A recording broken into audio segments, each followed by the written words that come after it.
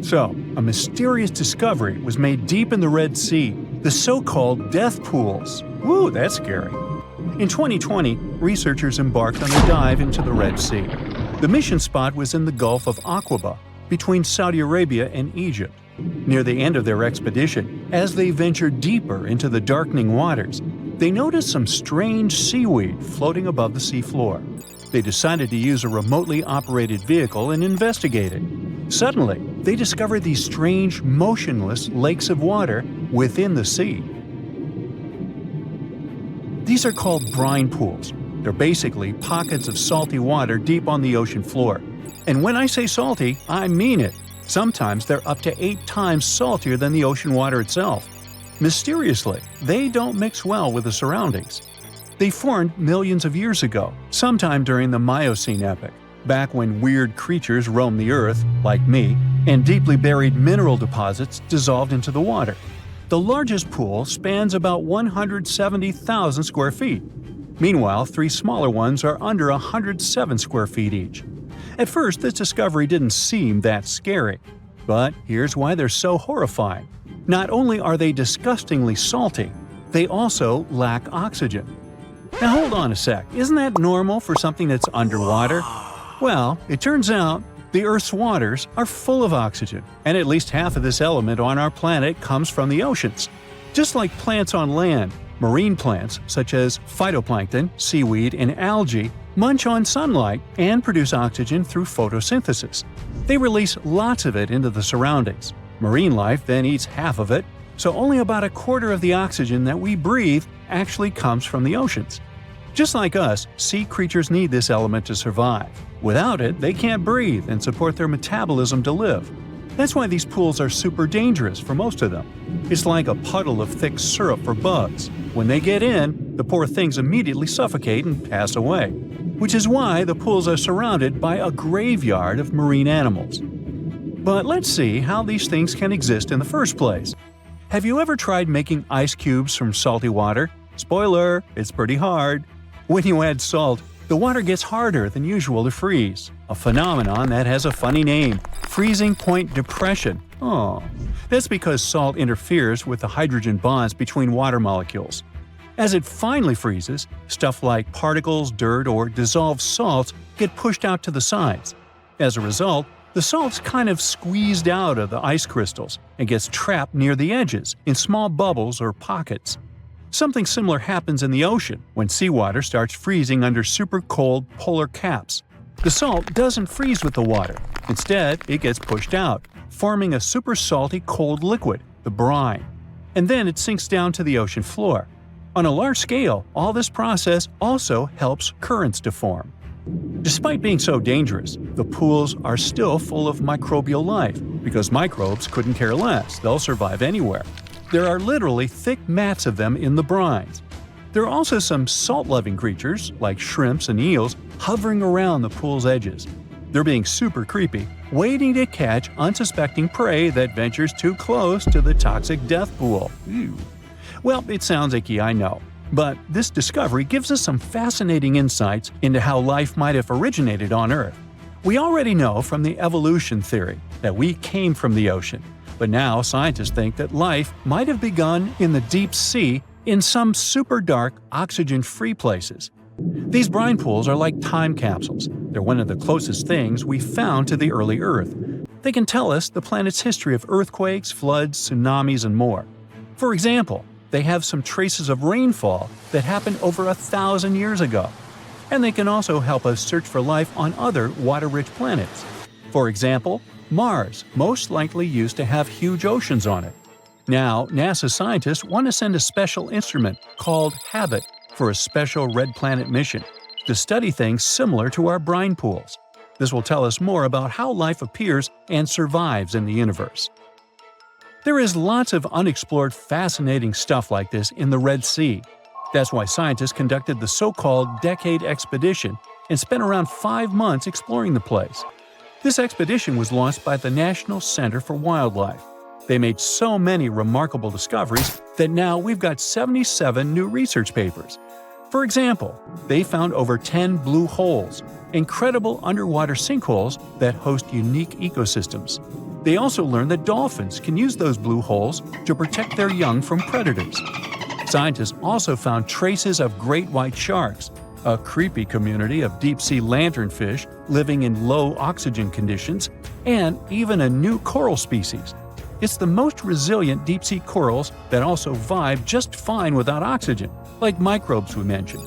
Speaking of which, research also showed us some new ancient thermal vents and large blobs of microbial formations near Farasand Island. Now, can you believe that with all that, we only explored 5% of the ocean? It's divided into several layers based on depth. Each layer becomes darker and more isolated from sunlight as we go deeper. The places that no sunlight can reach are terrifying. Now, the fun, cute layer with dolphins and turtles is called the epipelagic or sunlight zone. It's so tiny, but even this layer is about 650 feet deep. Then we have the mesopelagic or twilight zone.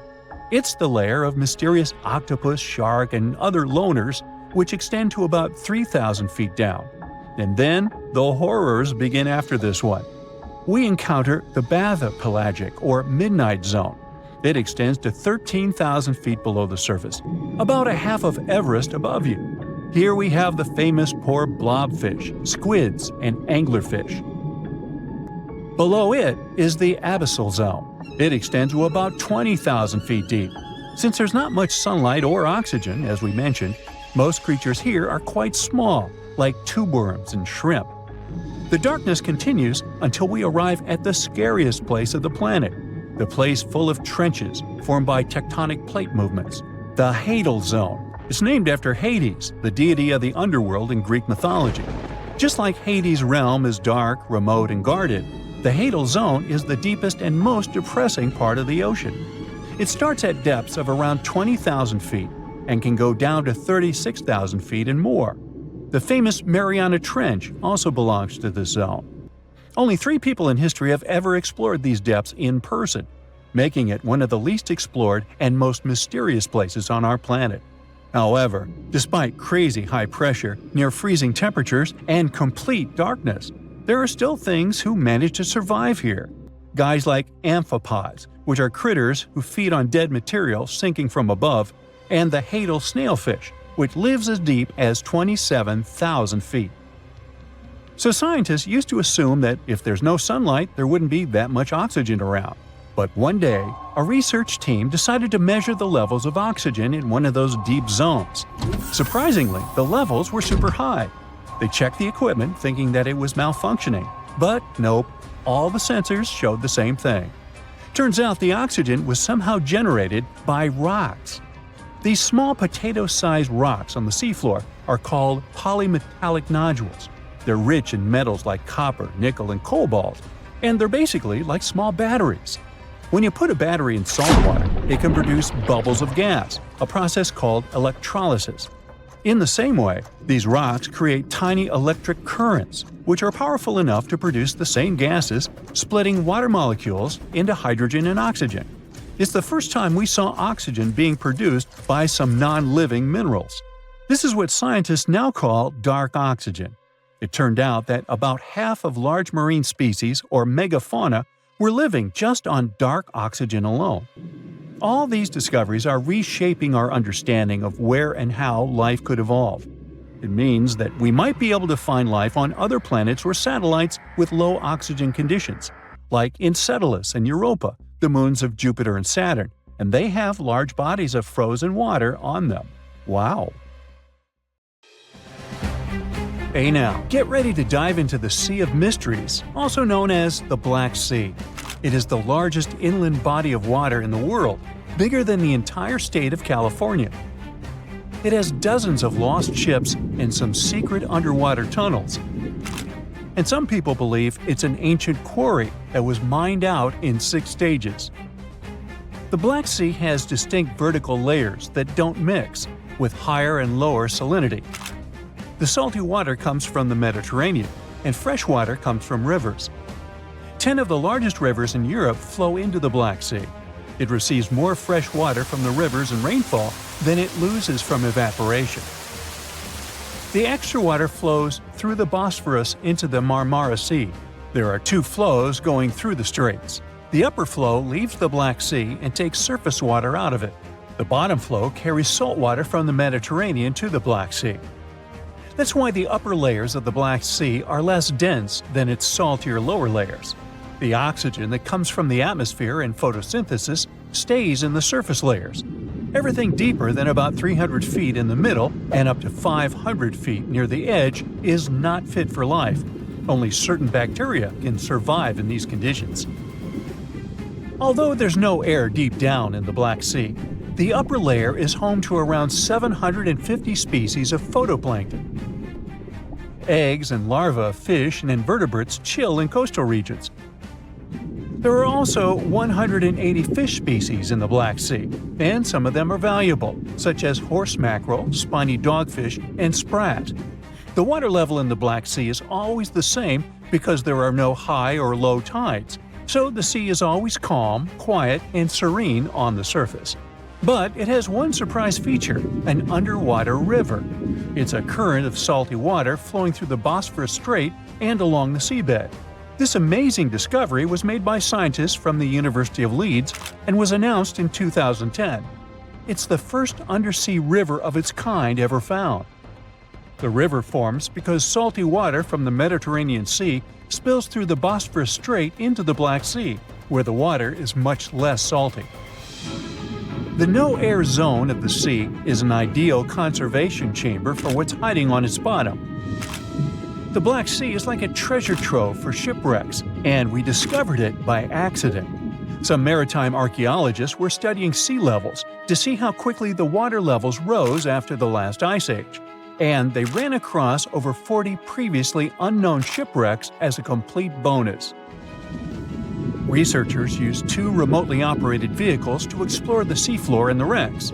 Thanks to it, we have a video and detailed 3D images of the ships that were stitched together from thousands of high-resolution photos.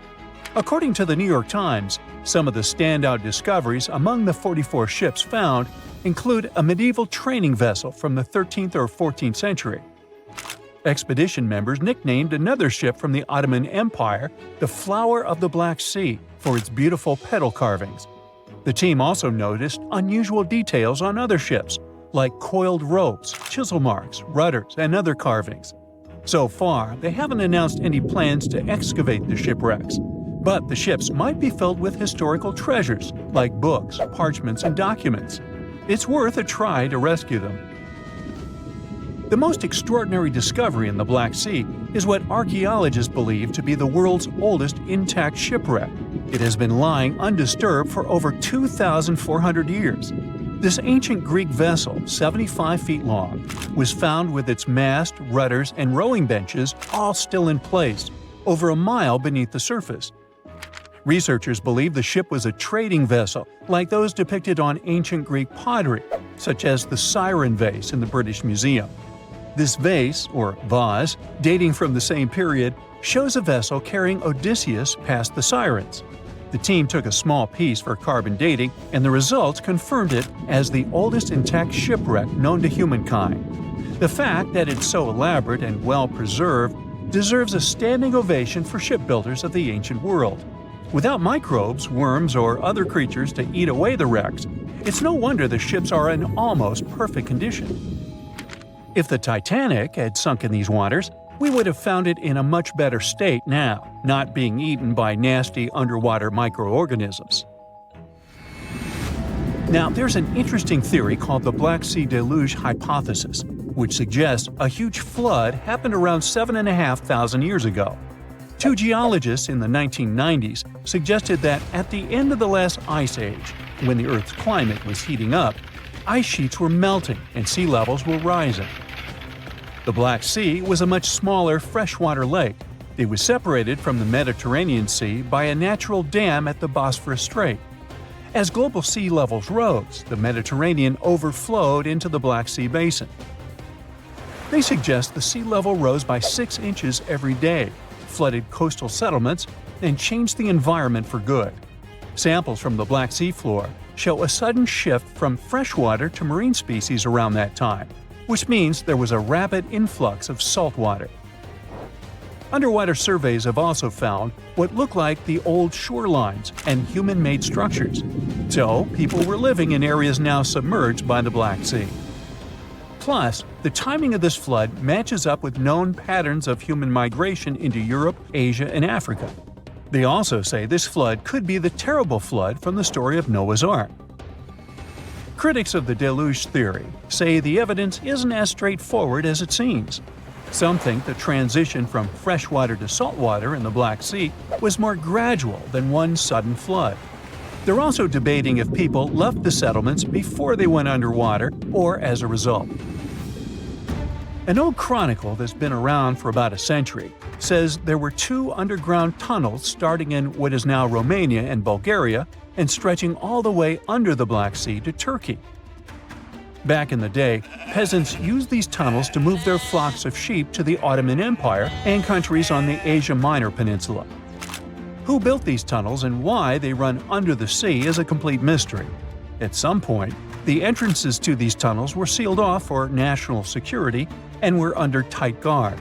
The security forces knew all about these massive tunnels and kept them off limits.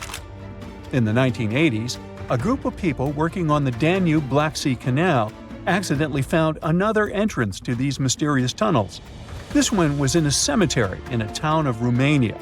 Canal workers used it to regularly cross over into Bulgaria. One more cool thing about these 2 tunnels is that some people think they were built thousands of years ago. If you ever try to dig a tunnel under the sea, you'll know how tricky it is even now with all the tech we have. So if the tunnels are really that old, whoever built them was super advanced for their time. Now, there's an urban legend that says that the Black Sea has its own version of the Bermuda Triangle. Fishers describe some wild whirlpool that appears out of nowhere and drags entire flocks of birds, ships, and even small islands under the sea. And once, things got even wilder with a ship that vanished under weird conditions in 1944. It was during daylight, and some black fog with green flashing sparkles suddenly surrounded the vessel. No one has ever seen it since, and no one knows for sure if the story is true. But it sure adds a spooky touch to the mysteries of the Black Sea. Our planet has 5 oceans: the Pacific, Atlantic, Indian, Southern, and Arctic, not counting Billy Ocean. But it seems there's a 6th one out there too. It's just that you can't see it. Scientists have found evidence of large amounts of water hidden in the transition zone. That's the boundary layer that separates the upper and lower mantle of our planet. That boundary goes hundreds of miles deep down below the surface.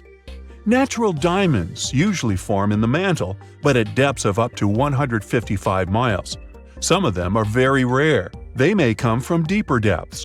That was the case with this fascinating diamond that formed 410 miles below the surface.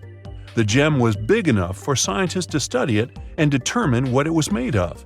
They were surprised when the composition of this very rare diamond showed that it was formed in pretty watery conditions. Because of that, such a diamond wouldn't be worth much in jewelry stores, but it was priceless in the lab. So, could this mean there's an ocean under the surface of our planet? It would definitely get us closer to the idea Jules Verne had about this whole magical secret world inside Earth, including the ocean. But that's not exactly the case.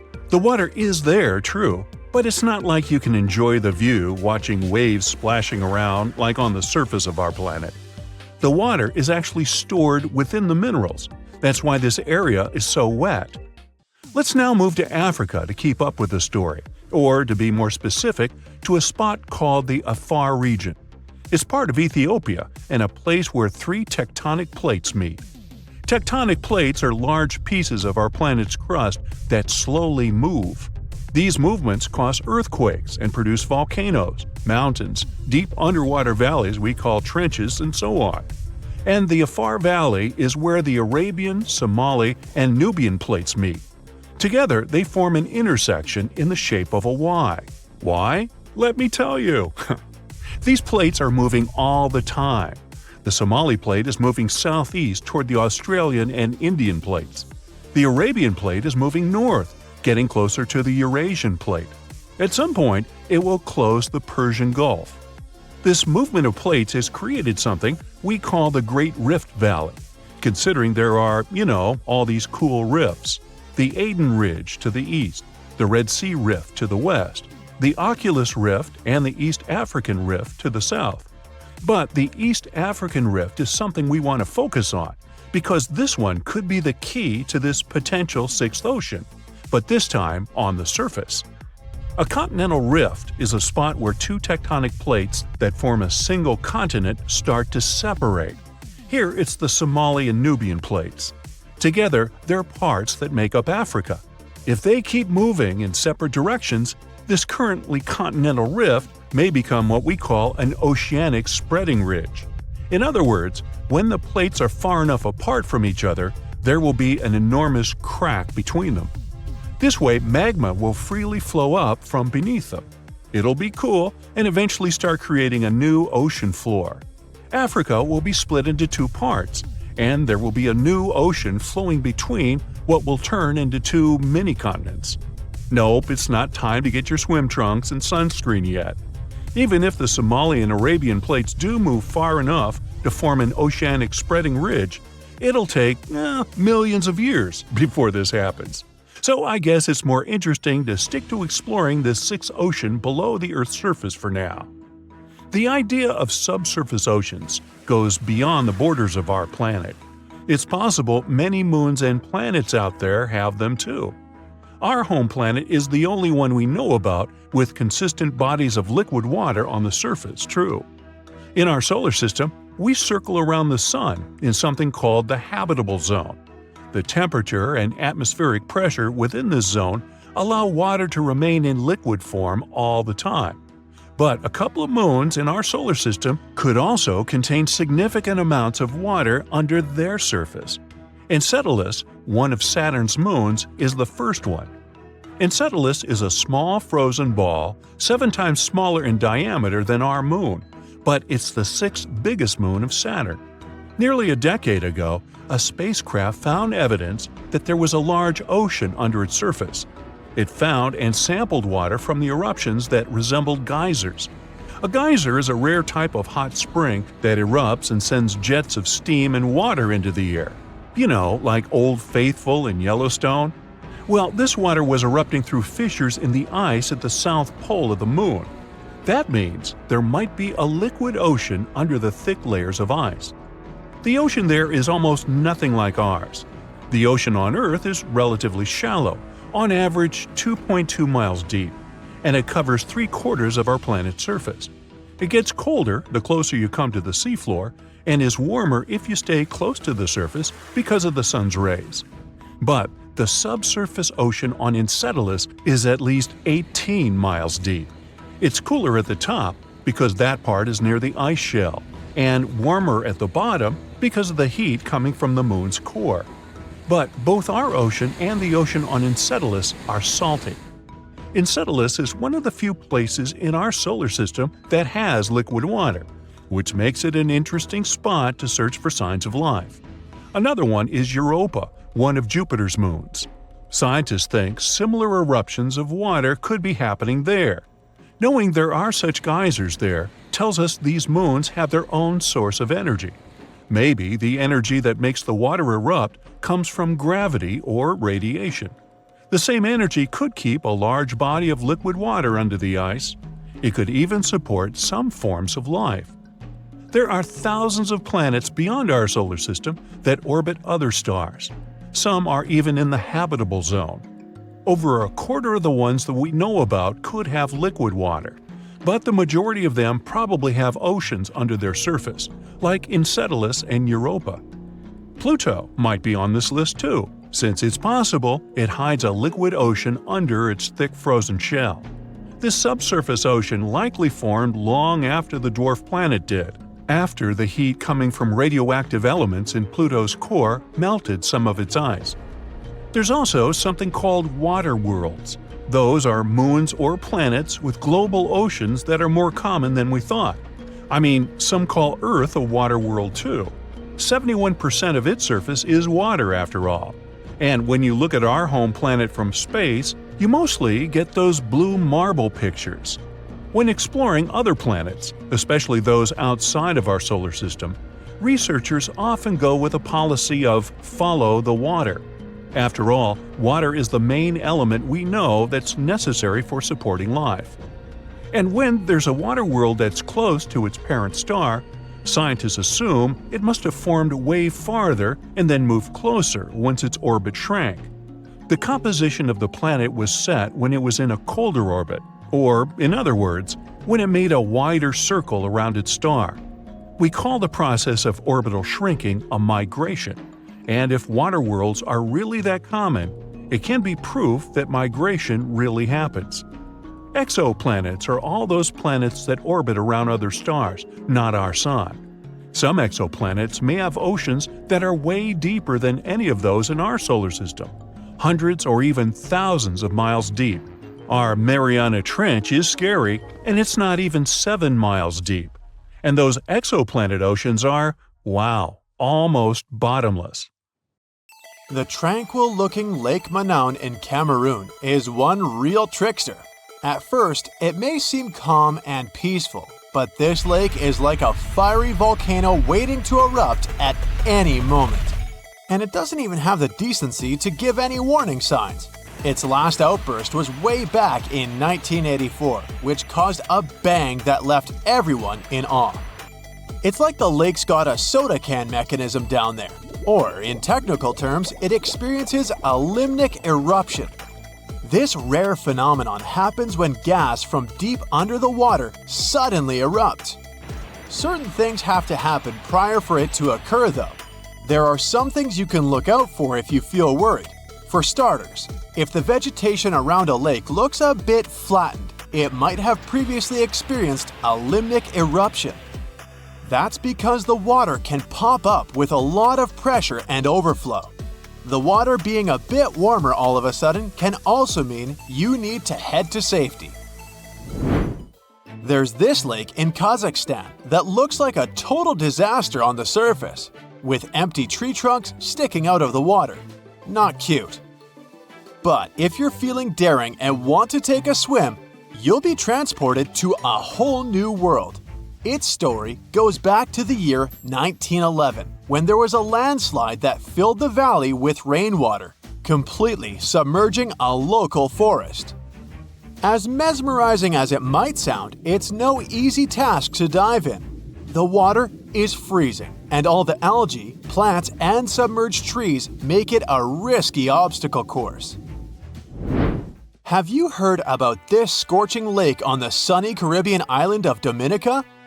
The water around the edges is at a sweltering 180 to 197 degrees Fahrenheit. No wonder no one has the guts to measure the middle. It's that hot. Sure, the heat may go down once in a while, but who knows when those waters will start boiling again? Plus, this place is full of nasty gases like carbon dioxide. Because of them, let's just say it doesn't exactly smell like roses. More like rotten eggs.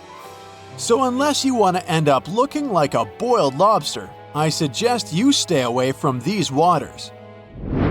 If you're planning a trip to Tanzania, you might want to think twice before diving into Natron Lake. Sure, it's got a beautiful reddish hue, but that's thanks to some bacteria that call this lake home. And don't even get me started on the pH levels. They're so high they might even strip the color off your swimsuit. But hey, at least the flamingos like it there. Those acid-loving birds are living their best lives in a group with 2.5 million of their closest feathered friends. How come these birds manage to thrive there, you might wonder? Well, no predators means no stress, which equals easy breeding.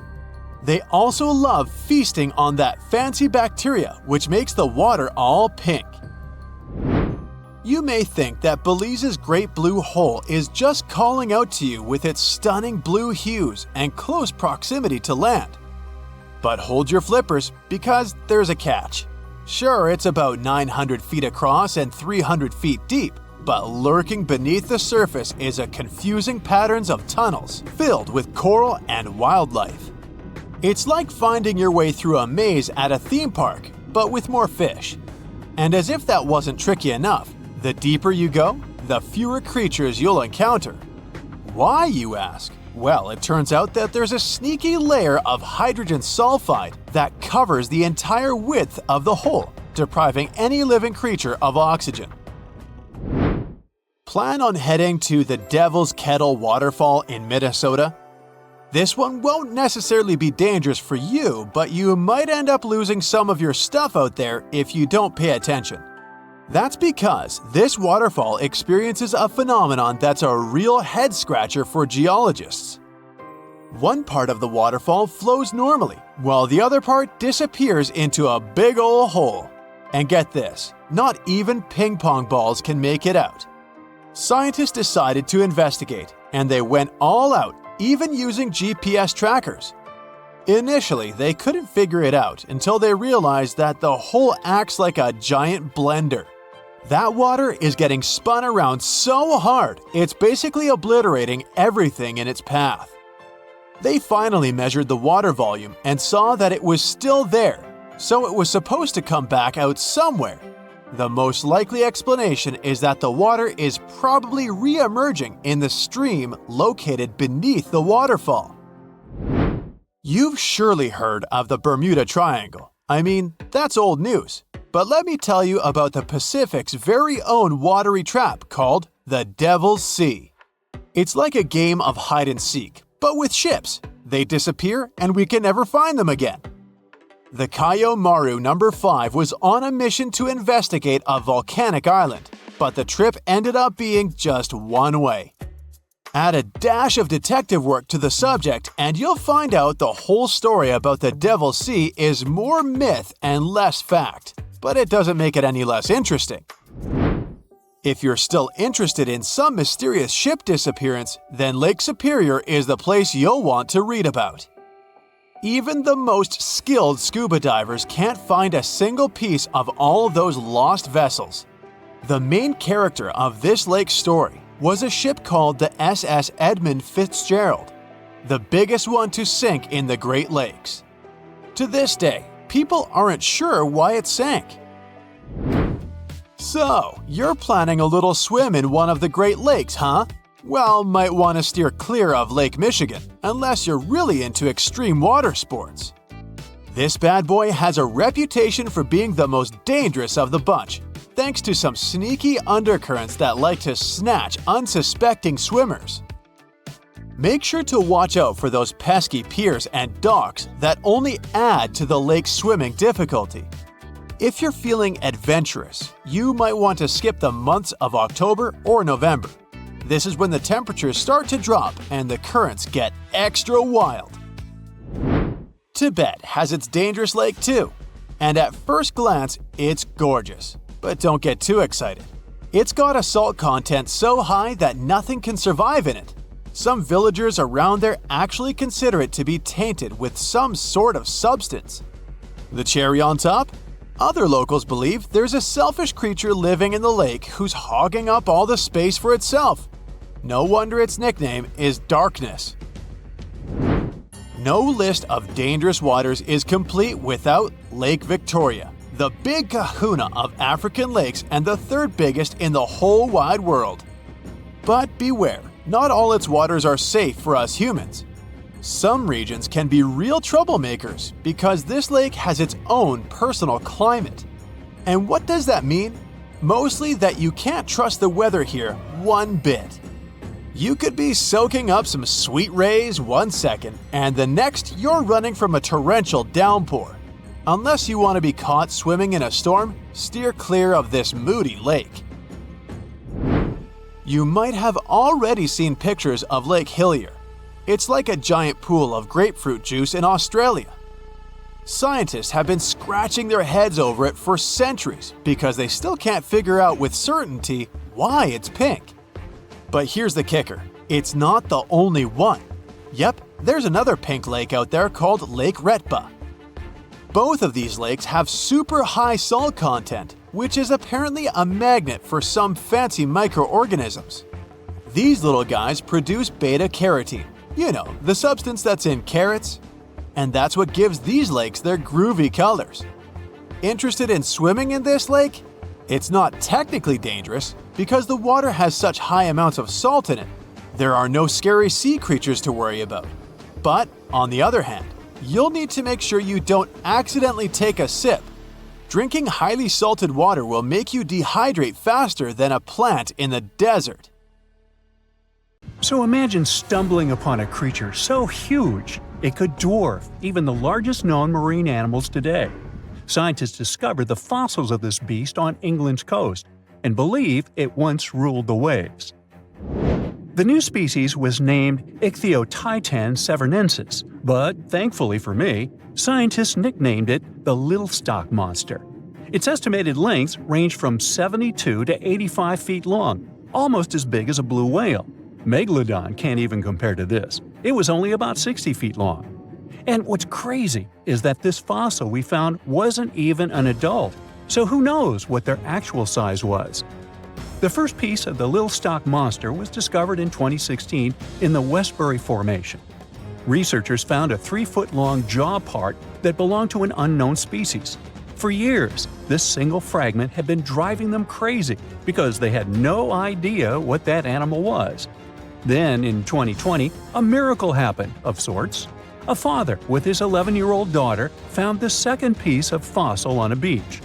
This discovery led to more findings. Finally, in 2022, the last piece of the literal jaw puzzle was found, buried along the Somerset coast. This leviathan belonged to the Shastasaurid family. Both the Little Stock Monster and other Shastasaurids had one ancestor, so all the species in this family are super similar to each other. For example, all of them were the largest marine reptiles ever to exist. Although our Little Stock Monster is much larger, most Shastasaurids could grow up to only 69 feet long, and it's possible that the Little Stock Monster, when fully grown, would reach up to 100 feet or even more. Both of their bodies were just perfect for cruising the ancient seas. These marine titans were elegant and slender, with an elongated snout. Other marine animals at the time were smaller and looked more like dolphins. Shastasaurids had long paddle-like limbs adapted for efficient swimming. Their skulls show large eye sockets, which means they had excellent vision. If you were in the ocean, no matter what time it was or where you were hiding, they could spot you. They were also incredibly fast and could dive to great depths. Of course, all these things made them the most terrifying predators. They ate pretty much everything, including fish and squid, and you if you were there. They probably captured their prey like whales, opened their huge mouths, and literally sucked the fish in. What made the Little Stock Monster especially scary is that it wins in the jaw competition. For other Shastasaurids, their jaws were a bit weaker, so they hunted smaller fish, kind of like today's orcas. They required vast amounts of food. This shows us that the Earth's Triassic oceans had rich, productive food webs. But the Little Stock Monster has this unique feature. It could open its jaw almost 90 degrees upwards. It also had tons of powerful muscles around. Its jaws were horrifyingly strong. So while others were hunting some squids, the Little Stock Monster probably hunted large fish and even other marine reptiles. Fossils of Shastasaurids have been found everywhere in the world, from North America to Asia.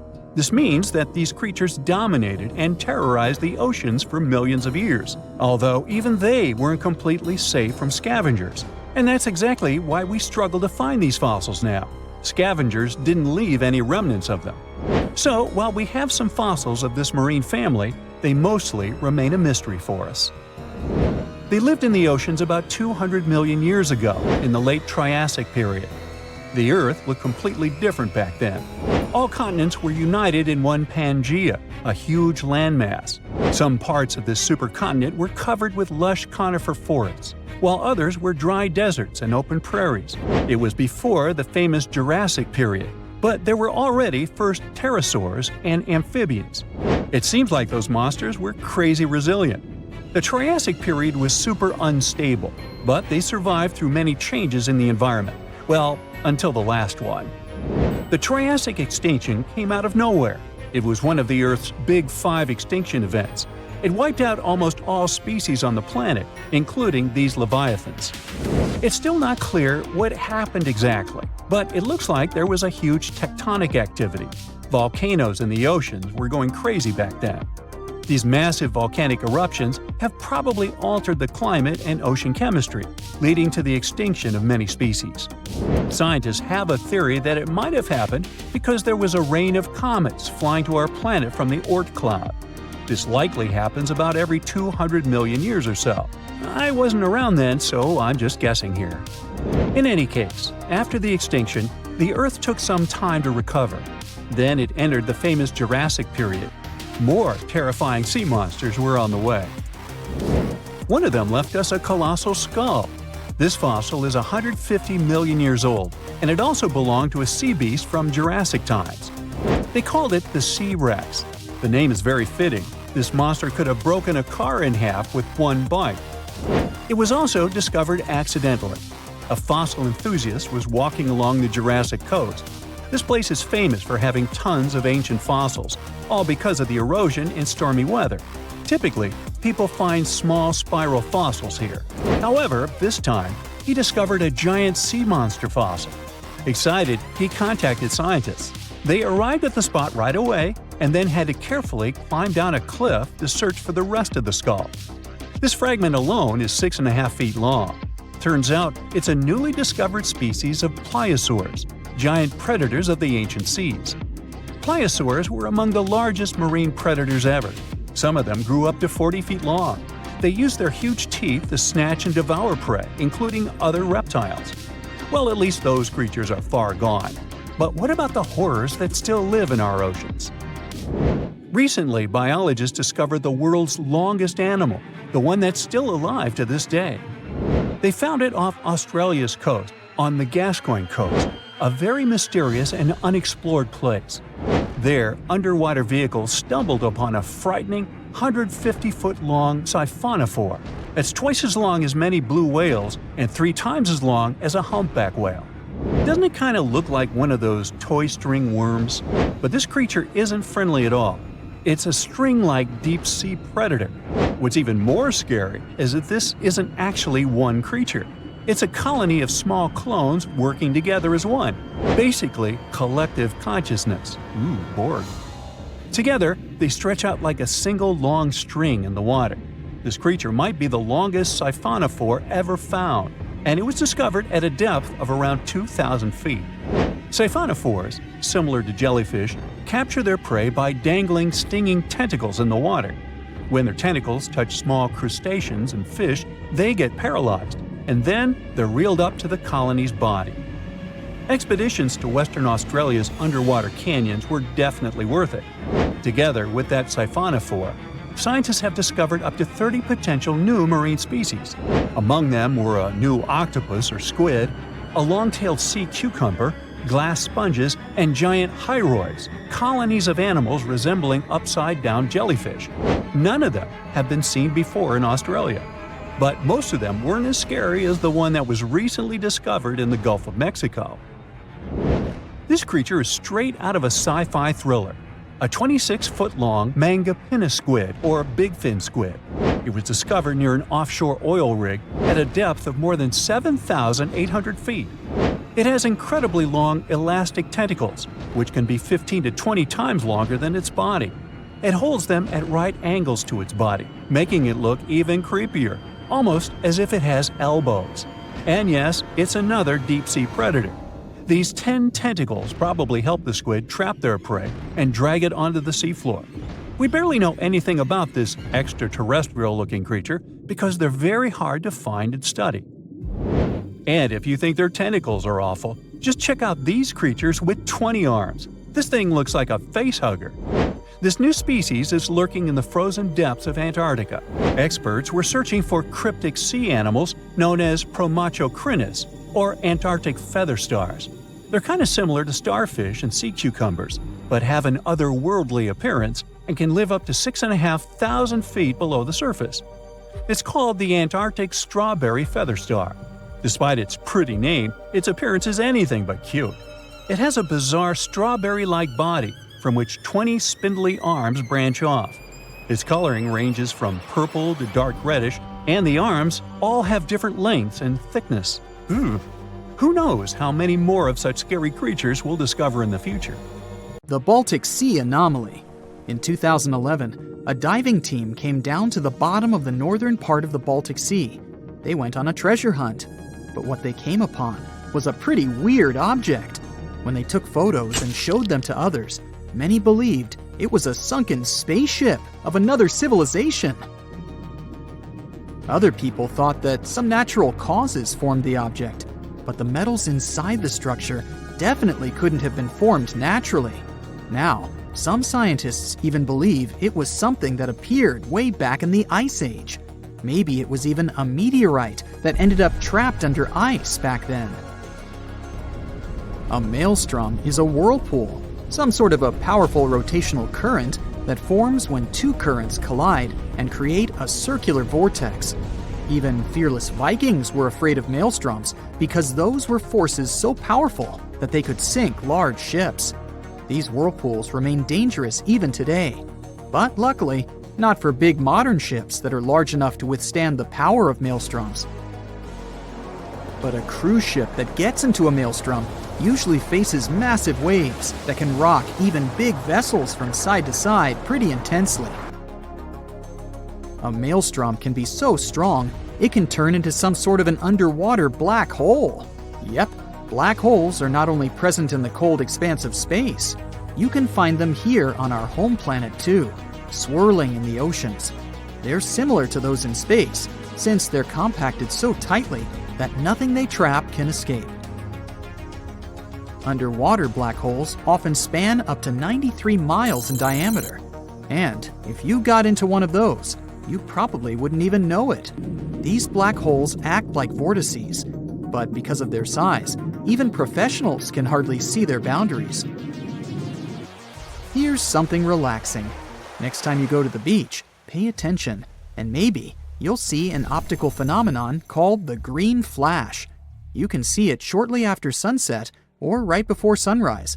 It occurs when the sun is almost completely below the horizon, while its rim, the upper one, is still visible. For just a second or two, that upper edge of the sun will appear green.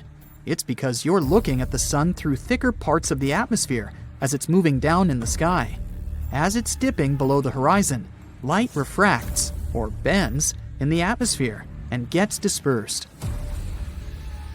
Wait for a clear day with no clouds or haze on the horizon to see this phenomenon better. You've been looking forward to a nice swim, only to realize that the water in the ocean is red? Better avoid going in. Florida is known for its red tides. It occurs when the concentration of specific microscopic algae is higher than normal. Thousands of species of algae in marine and fresh waters are mostly harmless to animals and humans. They even help us, since they're an important source of oxygen. But some, like the algae that makes the ocean red, can be extremely dangerous for marine animals, like sea turtles, fish, and seabirds. This kind can grow out of control and produce neurotoxins harmful to humans, especially those who have some respiratory issues. Such people should avoid red tide areas, especially when winds are strong enough to push the algae toward the shore. Volcanoes can spew poisonous gas, ash, and red-hot lava. Those are the most obvious dangers most of us already know about. But submarine volcanoes can be very tricky in their own way. Sometimes, when they're located in shallow waters, they reveal their presence by blasting debris of rock and steam high above the surface. Since submarine volcanoes are surrounded by an unlimited supply of water, they can behave differently from those on land. When they erupt, seawater gets into active submarine vents. Lava can be spreading across a shallow sea floor, or sometimes even flowing into the sea from land volcanoes. When in water, it may cool down so quickly that it shatters into rubble and sand. So, there are large amounts of volcanic debris left there. You know those popular black sand beaches in Hawaii? That's how they formed. Hot lava and powerful eruptions certainly don't sound safe, but submarine volcanoes in deeper waters are equally dangerous. Even though they're not necessarily erupting, they produce pockets of bubbles. These bubbles reduce the density of the surrounding waters, which can even sink ships. The worst thing is that when you look at the surface of the ocean, you can't understand something's wrong. But at the same time, tiny bubbles are there, causing ships to lose buoyancy, and with very little warning. A cross sea is a rare phenomenon, beautiful to observe, but also very dangerous. It's when you see square waves, which are more common in shallow parts of the ocean. That's something you can often see in France or on certain beaches of Tel Aviv, but it can also happen in many coastal areas across the world. A cross sea occurs when two wave patterns travel at oblique angles. They form this checkerboard-like pattern. It mostly happens when two swells meet, or when a swell pushes waves in one direction, while a strong wind pushes them in another. These square waves can be dangerous for swimmers and boaters. The waves produced by strong ocean currents can be pretty unpredictable and tall, sometimes up to almost 10 feet. This phenomenon is sometimes called white walls. These waves can be so powerful that they can turn over even big boats. If you fill a clear glass with some ocean water and take a closer look, you'll see it's full of very small particles. Seawater contains dissolved salts, fats, algae, proteins, detergents, and other bits of artificial and organic matter. If you shake that glass, you'll see tiny bubbles forming on its surface. That's how sea foam forms when waves and winds agitate the ocean. When you see thick sea foam, algal blooms might have caused it. When big blooms of algae fall apart in the sea, large amounts of that matter move in the direction of dry land.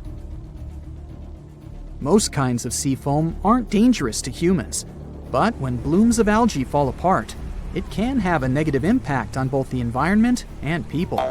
For example, when sea foam bubbles pop, the toxins they contain get released into the air, and they can irritate your eyes or cause some other health issues. You can see a tidal bore in the areas where a river empties into a sea or an ocean. It's a powerful tide that goes against the current and pushes up the river. A tidal bore falls into a category of something called the surge, which is a sudden change in depth. A tidal bore is a positive surge, which means it pushes up a river, making it much deeper. A negative surge is when the river suddenly becomes very shallow. You won't see tidal bores everywhere. The river must be fairly shallow with a narrow outlet to the sea. The place where the sea and the river meet must be flat and wide. Also, the area between low and high tide must be at least 20 feet across. Of course, there are some exceptions, like the Amazon River, the world's largest one. The mouth of the Amazon is not narrow, but the river experiences tidal bores. That's because its mouth is shallow and has many sandbars and low-lying islands. The tidal bore is so strong there that the river doesn't even have a delta. Its sediment goes directly into the Atlantic Ocean, where fast-moving currents take it away. A tidal bore is often unpredictable and can be extremely rough. In many cases, it changes the color of the river from greenish or blue to brown. It can damage vegetation or even tear trees out of the ground. So, recreation sports like kayaking and river surfing can be hazardous in these areas. Even if you just want to take a look at a tidal bore, be careful. Tidal waves can sweep over lookout points and drag whatever or whoever is there into the churning river. Oceans cover over 70% of the Earth's surface, so it comes as no surprise that about 50% of the US territory is underwater. We've explored only 5% of oceans. 12 people walked on the moon, but there were only 4 manned descents to the Mariana Trench, the deepest location on Earth. Pressure is the crucial challenge of going deep into the ocean. At bigger depths, temperatures are extremely low, visibility is zero, and the pressure is so intense, it's harder to send people to the bottom of the ocean than to send them into space. You can't see it, but the pressure of the air pushing down on your body in deeper parts is so big, it feels like more than 100 adult elephants or 50 jumbo jets are standing on your head. The pressure is 1,000 times bigger than on the land. Meanwhile, in space, when we pass through the Earth's atmosphere, the pressure drops to zero. We're mapping the planets, but it turns out to be easier than mapping the ocean floor. NASA uses radio waves when exploring space, but this method can't be used for the ocean, since the trillions and trillions of gallons of water get in the way. The Pacific Ocean is becoming smaller, while the Atlantic Ocean is expanding. Many, many years ago, the Atlantic Ocean wasn't even there. It was formed when the North and South American continents separated.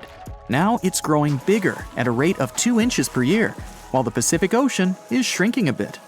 Oceans even have their own sound, called a bloop. Its quite loud, low frequency, and pretty spooky sound was detected by scientists back in 1997. Some years later, though, other studies revealed that the bloop emanated from an iceberg cracking away from a glacier. There are lakes and rivers in the ocean depths. It's possible because salt water and hydrogen sulfide make a combination that's much denser than the water surrounding it, which is why lakes and rivers might form and flow right inside the ocean. The world's biggest waterfall, called the Denmark Strait Cataract, is underwater too, in the waters between Iceland and Greenland. It's 11,500 feet tall, and its amount of water is almost 2,000 times bigger than the one Niagara Falls has. This underwater waterfall is possible because cold water is much denser than hot water, so cold water drops into the much warmer Irminger Sea. The longest mountain chain is also hidden in the mysterious underwater world. The mid-ocean ridge is almost 40,000 miles long. People studied only about 1% of this ridge. We know less of this chain than we know about the surface of Mars or Venus. Challenger Deep, the southern part of the Mariana Trench. That's a small valley at an extreme depth of a little bit over 36,000 feet. Imagine putting our tallest mountain, Mount Everest, into the Challenger Deep. 1.2 miles would still remain for the mountain's peak to reach the surface of the water. 94% of all living creatures are aquatic, and almost 2/3 of marine life is still not defined. So new species are being discovered all the time, including those spooky ones like the goblin shark, the fangtooth, and the frilled shark. Imagine what more's been waiting for us down there. There are also treasures hidden down below. Oceans have around 20 million tons of gold, but not in a way it can be extracted or mined with any cost-effective methods. It's dispersed all over the seafloor. If we could take it out, each person on the planet would get about 9 pounds of gold. Corals in shallow waters needed to find a way to protect themselves from the sunlight, so they developed some kind of layer that helps them feel good, even when exposed to direct sun rays. Basically, they developed a sort of natural sunscreen. Corals are living creatures. No mouth, eyes, or anything else that could say they're more than a rock, but they are in the category of marine invertebrates. A lot of the oxygen on our planet comes from the ocean. Scientists claim it's about 50 to 80%. The oxygen is produced by marine plants, mostly algae. A tsunami can be up to 100 feet tall, but waves under the surface are even bigger and can reach a height of 800 feet before they collapse. Antarctic fish have proteins inside their bodies that act as some sort of natural antifreeze. These proteins attach to ice crystals and prevent fish from freezing when the water gets too cold. When you place a seashell near your ear, it seems like you hear the sound of waves crashing on some distant beach, like a shell's memories are trapped inside. In reality, the shell amplifies the ambient noise from your current surrounding. There are 1 million volcanoes in the ocean depths, and 80% of eruptions happen underwater. The jellyfish is one of the oldest aquatic creatures, and their ancestors lived 500 to 700 million years ago. That makes them more than twice as old as the first dinosaurs, since they appeared around 240 million years ago. Sharks have also been around for quite a long time, about 400 million years. Fun fact, they don't have bones, but cartilage, the same thing our nose and ears are made of. Their skin is covered in a material that looks more like some sort of teeth than fish scales, dermal denticles. With this, their skin kind of feels like sandpaper, so it helps them be quicker and quieter. The smallest shark, called a dwarf lantern shark, is also one of the tiniest fish in the ocean, since the biggest one ever found was smaller than 8 inches. Lobsters have been around for almost 500 million years.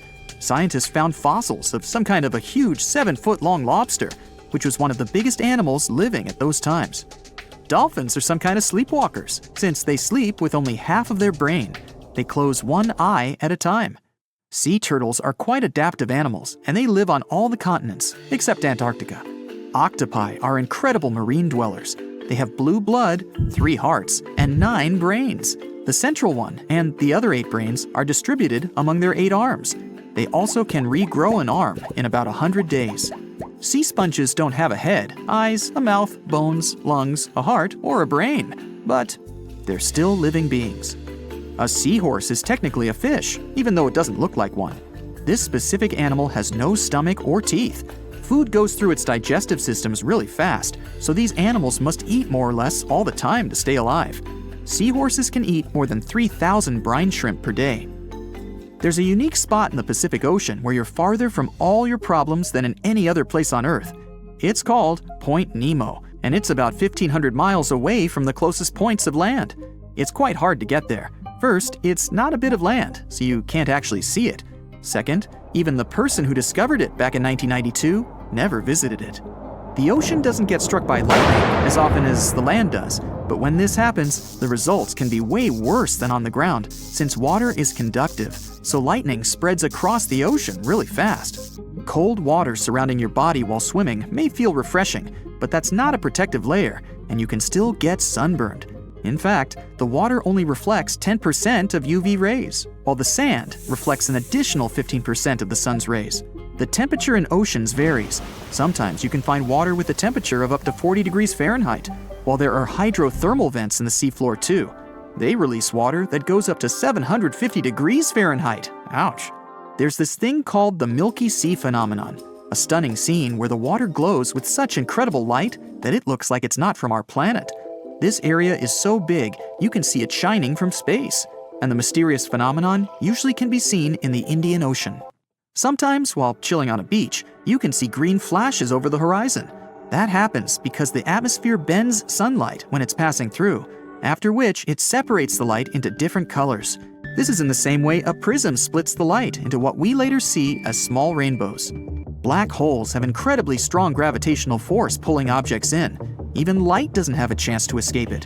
A similar thing happens with those found in the oceans. Yes, no need to go to space to see one of those. We have them on Earth too.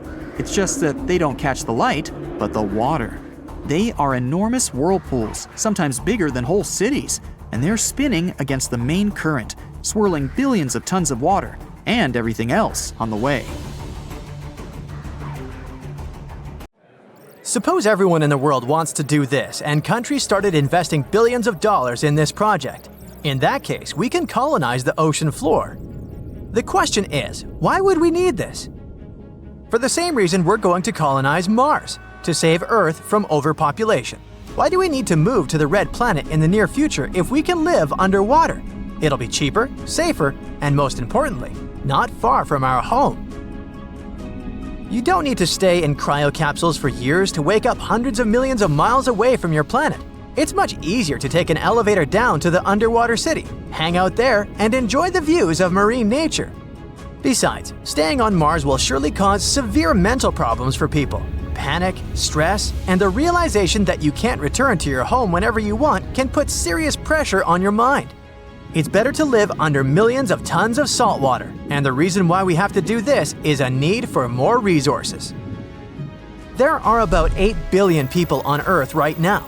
Some experts think that when the number reaches 10 billion, the world will begin to run out of food, fresh water, and fuel. Agriculture and other industries simply won't be able to develop so quickly. Resources will be depleted, and people will have to do something to survive. The colonization of the ocean is an ideal solution to the problem. Firstly, we have very little information about the ocean. We've studied space much better than the ocean on our planet. Most likely, vast reserves of fuel are hidden under the seabed. Secondly, we will be able to reduce the load on our planet by about 50% if we move to live in the ocean. Thirdly, there will be no problems with logistics. Delivering food, necessary equipment, and construction materials will take hours, and if something breaks along the way, you can return to the surface and try to deliver it again. Sending things to Mars would be much more complex and expensive. Imagine that halfway there, millions of miles away from Earth, something breaks down on the spaceship with provisions. Then you'll have to wait for many years for the next delivery. But the main reason for ocean colonization is protection from disasters and natural cataclysms. Volcanic eruptions, radioactive winter, earthquakes, tornadoes, and floods. We could easily wait out any disaster underwater. Yeah, there are volcanoes on the ocean floor too, but the consequences of their eruptions are not so dramatic. The water immediately cools the lava and prevents ash from spreading. We will never experience the consequences of fire again. No burning forests and polluted air. And speaking about the air, there's a lot of oxygen in the ocean. More than half of the oxygen reserves on the planet are replenished by the sea, thanks to algae and phytoplankton. So don't worry, we'll be able to breathe deeply. The main thing is to figure out how to do it underwater. When humanity decides to take such a global step and begins to colonize the ocean, we will first have to adapt our bodies to high pressures. There's such a thing called saturation diving. Before descending into the depths, you must inhale compressed air. The nitrogen and oxygen quickly dissolve in your blood and exert pressure on your body from the inside. At the same time, the water pushes on it from the outside. In simple terms, your body is in balance and you don't feel bad. Divers use this method when exploring the seabed at great depths. Therefore, when people begin to colonize the ocean, they will dive there wearing cylinders with compressed air and an oxygen mask. The main rule is to surface slowly. You need to wait until the compressed air completely dissipates inside your body. If this isn't done and you rise to the surface, then you will feel intense pressure from the inside. Nitrogen will start acting in your veins like soda bubbles when you shake a can with the drink. After this adaptation, we will start building cities, roads, and stations that will transfer people to dry land and back. It shouldn't be too difficult because we already have the technologies needed for the underwater lifestyle. Welcome to the Aquarius Reef Base, located at the bottom of the Florida Keys Marine Reserve. This is a small laboratory where 6 people can live for 10 days. Scientists working there study coral reefs, marine plants, and fish. The lab doesn't look modern. It resembles a sunken, rusty bathyscaphe overgrown with shells and other underwater stuff. To create buildings with more beautiful designs, people will need new technologies for underwater construction. So let's imagine that global colonization has begun. Engineers use durable stainless metals and other materials capable of withstanding high pressure. With the help of freight elevators, people lower everything needed for large-scale construction to the bottom. Stations with such elevators appear in all the seas and oceans. Workers build huge underwater constructions on dry land. Then, large ships deliver them to the stations. From there, they descend to the bottom, where scuba divers and robots set these houses on the ocean floor. Every building is like a giant submarine with lots of apartments. They look ordinary from the inside, except for the underwater view from the window. To reduce waste emissions, engineers build huge capsules in every city, where garbage is destroyed by high water pressure. People try to live closer to the shore because they want to spend less time commuting. This causes severe pollution in coastal areas. Builders set up communication between the stations and land by creating vacuum tunnels with high-speed trains inside. In simple words, this is an underwater subway, only much faster than the one on dry land. From now on, people move farther from the shore to live in cleaner water. Humanity begins to make daily life in underwater cities more comfortable when the main construction is over. Scientists create filters that can quickly purify seawater. Now, everyone has a faucet that takes water directly from the ocean and turns it into fresh water. Also, constructors put in air filters capable of extracting oxygen from the water. Electricians create underwater mills to generate energy. To leave home, a person must put on a diving suit and cylinders with compressed air and exit through an airlock. People swim between buildings and talk to one another using radio communication. For faster movement, car companies produce small bathyscaphes with locked cabins and powerful propeller systems. Over time, engineers create large domes where you can walk and breathe fresh air, like on land. Global clothing brands develop fashionable diving suits and practical accessories for comfortable underwater movement. For example, you can attach a small heater to your clothes to not freeze while swimming. And you can also put on wider fins with engraved brand symbols. To make such a lifestyle as comfortable as possible, scientists and biologists create masks that work like gills and provide a person with oxygen extracted from the water. Constant exposure to high pressure changes people's physiology over time. In the water, we need to put more effort into moving. People who often leave their homes lose a lot of calories. They become slimmer and their muscles get stronger. Look at the Olympic swimming champions. Now, almost all underwater citizens have the same developed shape. Our body temperature is falling, and evolution slowly turns us into cold-blooded creatures. A lack of sunlight makes our skin paler, and we start resembling amphibians. We learn more about deep-sea creatures such as the giant squid and other monsters. Almost every month, scientists discover new species. But at the same time, many fish species disappear because of human activity in the ocean. The extraction of natural resources from under the seabed heavily pollutes the water. To reduce the load on the planet, people decide to colonize the sky. But this is a topic for another video. Your kitchen sink is filled with dirty water. You've just washed the dishes, and you pull the plug out of the drain hole. Do you see how the water forms a funnel, and all the pieces of food get into its center? This is a small whirlpool. Now imagine that this is not a kitchen sink, but a sea with a several feet wide whirlpool. And it draws in not pieces of food, but a small boat. And you're on this boat. You jump off the side and try to swim away, but the whirlpool is stronger than you. It attracts you despite your attempts to swim away. So the first thing you should do is calm down. Yeah, it isn't easy when the deep sea is trying to swallow you up. But if you don't save your strength, you won't be able to survive. And now remember one life hack. Do not try to swim in the opposite direction when the current from the shore carries you away. Head to the side. Thus, you escape from the stream sooner or later and can safely swim to the beach. Inside the whirlpool, you have to act similarly. You need to stop struggle and swim in the direction of the flow. Thus, you'll keep your energy and increase your speed. But don't swim at the very center of the vortex. Try to move away from it in the last moment and you'll get out. Now go to the surface and stay away from the whirlpool. Great! You have survived. You promise yourself never to go to sea again without a life jacket. But of course, the best way to escape from the whirlpool is not to get caught. If you're going on a sea cruise or kayaking at the mouth of the river, find out all about these places. Perhaps they are filled with water traps. You swim to the shore and decide to learn all about whirlpools. It forms in the sink or bathtub because the water begins to drain into the hole and swirl. There are no drain holes in the sea, lake, river, or ocean, and water is formed there because of the collision of two currents. A strong wind can only create one current. The difference in water temperature and its density can make another. Also, the current can be caused by tides. This is when the moon's gravity affects the water.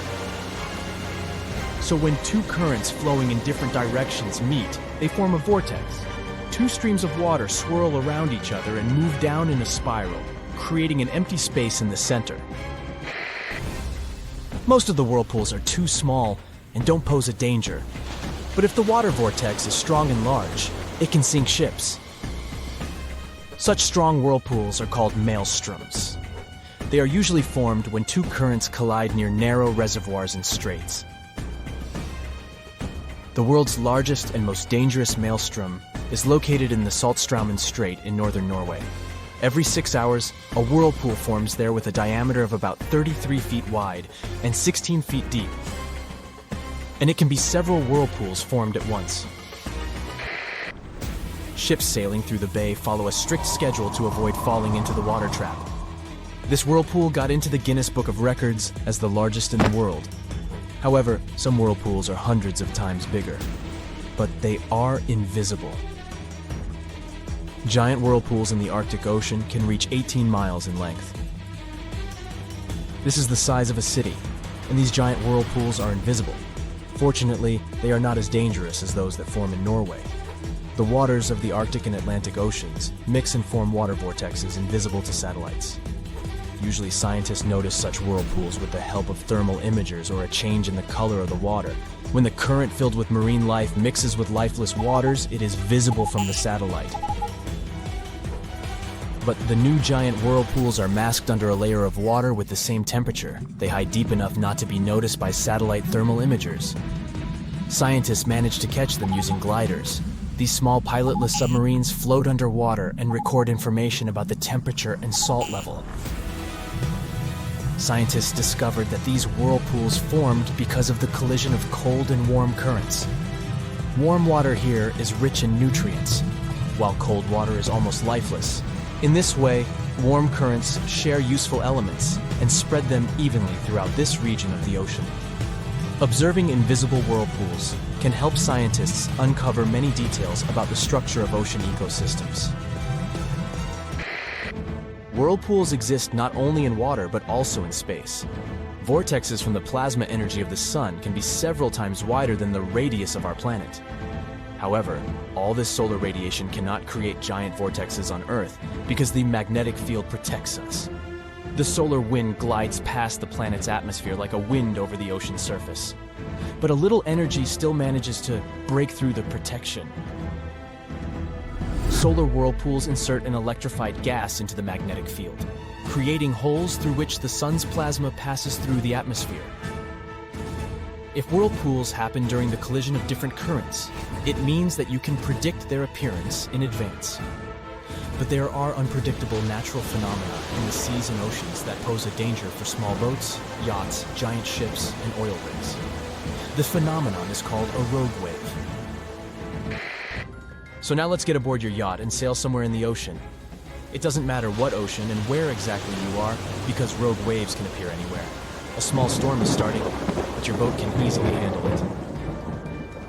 The wind raises small waves that beat against the hull of your yacht. But then, among these waves, one giant appears several times larger than all the others. It would quickly turn your vessel over like a paper ship. But fortunately, this wave passes by and dissolves into the sea. This unpredictable wave of enormous power can destroy huge ships in a second. And such disasters have happened many times. Sailors all over the world told each other stories about the giant waves that appear during a storm and in a quiet sea. Many considered such waves only fairy tales, such as legends about the Kraken and Atlantis. But at the end of the 20th century, people were able to capture this sea phenomenon with a laser detector that measured the size of the wave. On January 1st, 1995, a massive rogue wave crashed into an oil station in the Norwegian North Sea. There was a storm that day, with big waves about 40 feet long. At some point, they formed a big guy, an 85-foot wave. That day, rogue waves turned from a fairy tale into reality. Researchers estimated that this natural phenomenon may destroyed about 22 supercarriers only in the second half of the 20th century. Also, scientists discovered that just 1 in 10,000 waves is a rogue one, and every year, their height increases by 1%. Some of the largest rogue waves reached a height of 100 feet. It's like a 10-story building. This giant can easily break even the strongest and largest ship. Scientists can't always predict their appearance, and still don't know their nature.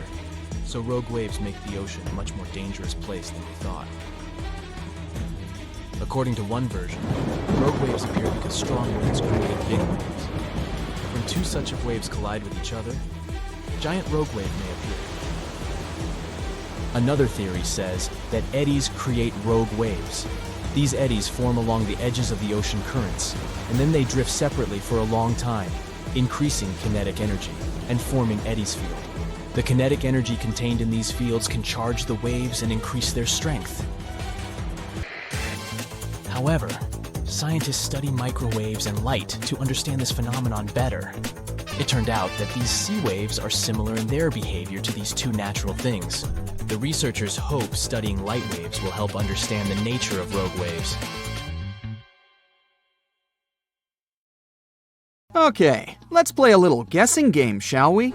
Can you name the 6th largest river on Earth in terms of volume? That's the amount of water that flows through a waterway. The first couple of rivers are easy to list. Number 1, of course, is the Amazon River in South America. Then we have the Congo in Africa, and the Ganges in India. Feel free to name all the rivers on the planet. You won't get any closer to the answer. Why? Because this river is not on the surface. but underneath the waves of the Black Sea. In 2010, a team of scientists discovered this river while studying the Bosphorus Strait in Turkey. Sonar scanning revealed a channel at the bottom of the Black Sea. The channel had water flowing through it. It turned out that at places, it's 115 feet deep. That's 3 times as tall as your average telephone pole. This flow of water acts like a real river. It has rapids and waterfalls, and its volume is 350 times greater than that of the River Thames in London. Talk about a strong undercurrent. If it was a surface river, it would really be in the top 10. Bad news for the Madeira River in Bolivia and Brazil, the present number 6. But how did this underwater river form? The answer lies in the amazing features of the Black Sea. It gets its water from 2 main sources. The first are the rivers that flow into it, like the Danube, Dnieper, and Don. Lot of D's there.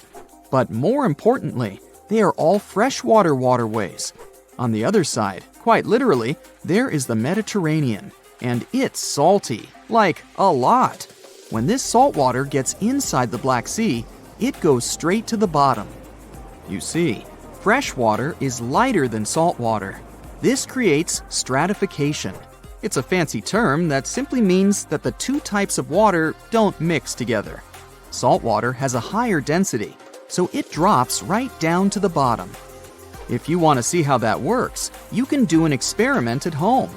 Pour mineral water into 1 cup and salt water into another. Table salt will do. Then put a grape in each cup. You'll see how it immediately sinks to the bottom of the cup filled with fresh water. The grape will stay afloat in the cup filled with salt water. The same thing is happening inside the Black Sea. But there is another side to this phenomenon. The upper layer of water is rich in oxygen. This means it can support life. The bottom layer, however, is anoxic. Yep, you guessed it. This means there is no oxygen at the bottom. But this isn't a bad thing. Because of this trait of the Black Sea, shipwrecks are able to survive for centuries. Oxygen decomposes wood.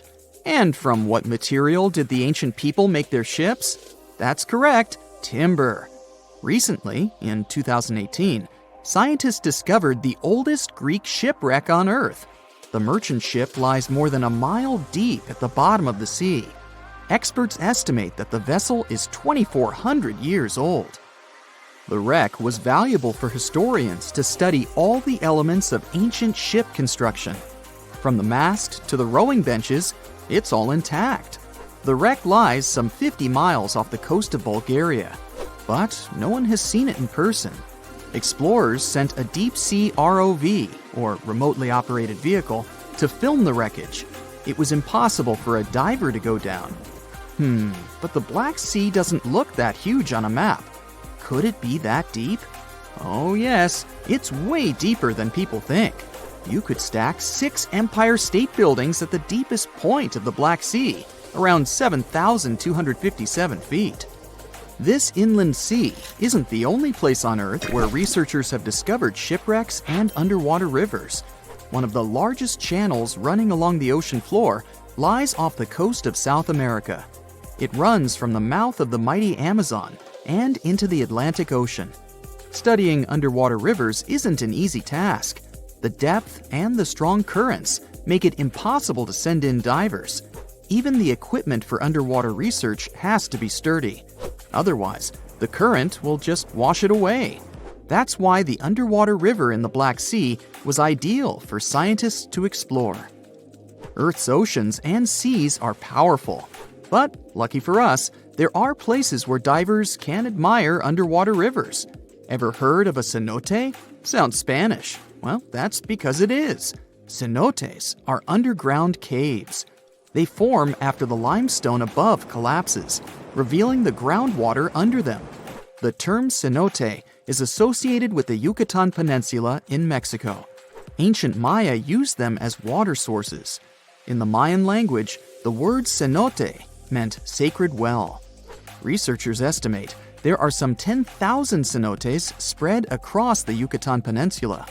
You can also find them in other places, such as Cuba and Australia. beauty is in the eye of the beholder, but unofficially, the most beautiful cenote is located just south of the town of Tulum in Mexico. The name reflects the cave's divine beauty, Cenote Angelita. But people don't visit this cenote to go swimming. Its bottom is much more interesting. A scuba tank is all you need to finally admire an underwater river firsthand. The waters are dark and foggy, so divers use powerful flashlights. After a 100-foot dive, a marvelous sight appears, an underwater river with trees along its banks. Some of them even have green leaves, just like any other water flow on dry land. But it's not really a river. Here comes the fascinating part. Remember how saltwater and freshwater don't mix?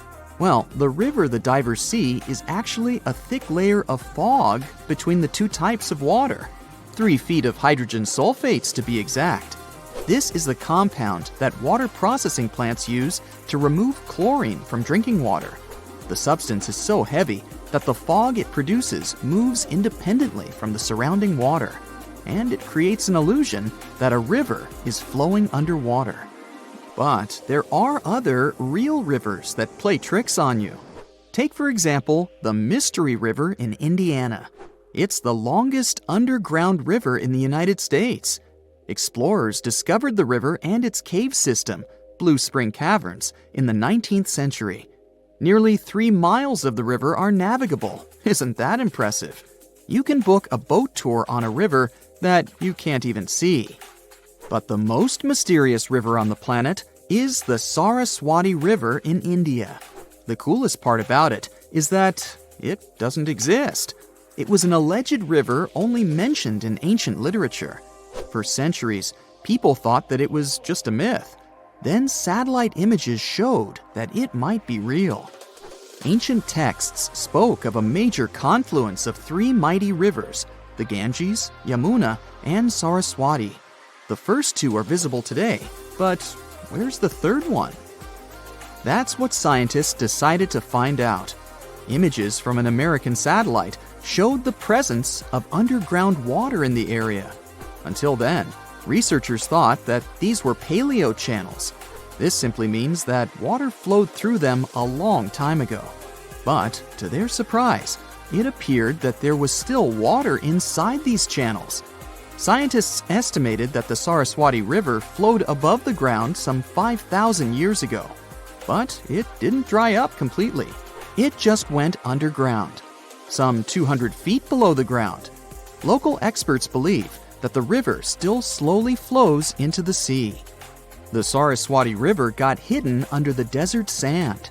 This was a natural process, but many rivers have been forced underground because of human activity. In London, England, several dozen small and medium-sized rivers now flow under the ground.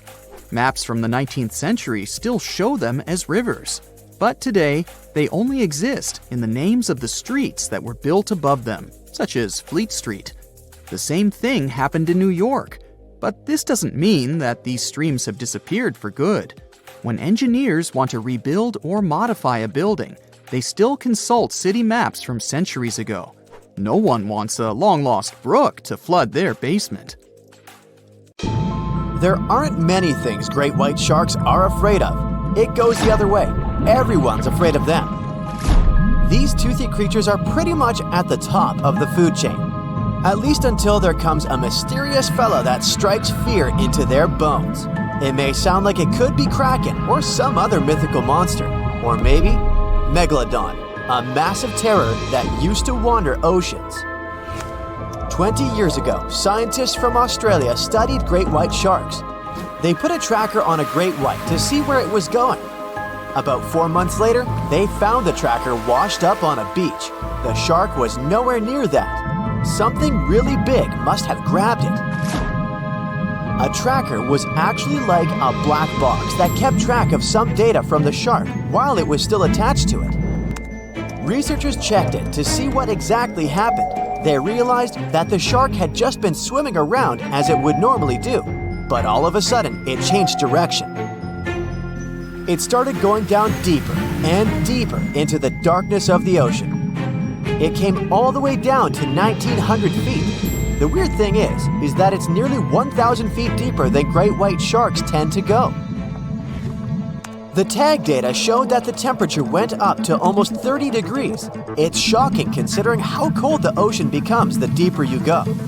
So what most likely happened is that the great white shark ended up in the warm belly of some mysterious creature. It was probably way faster and bigger too.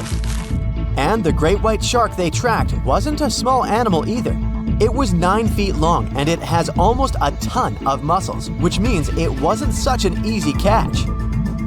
But one creature had overpowered the great white, maybe even without too much effort, and dragged it into the depths. It's fascinating how it all happened in a vast undersea zone that goes deep up to 3 miles.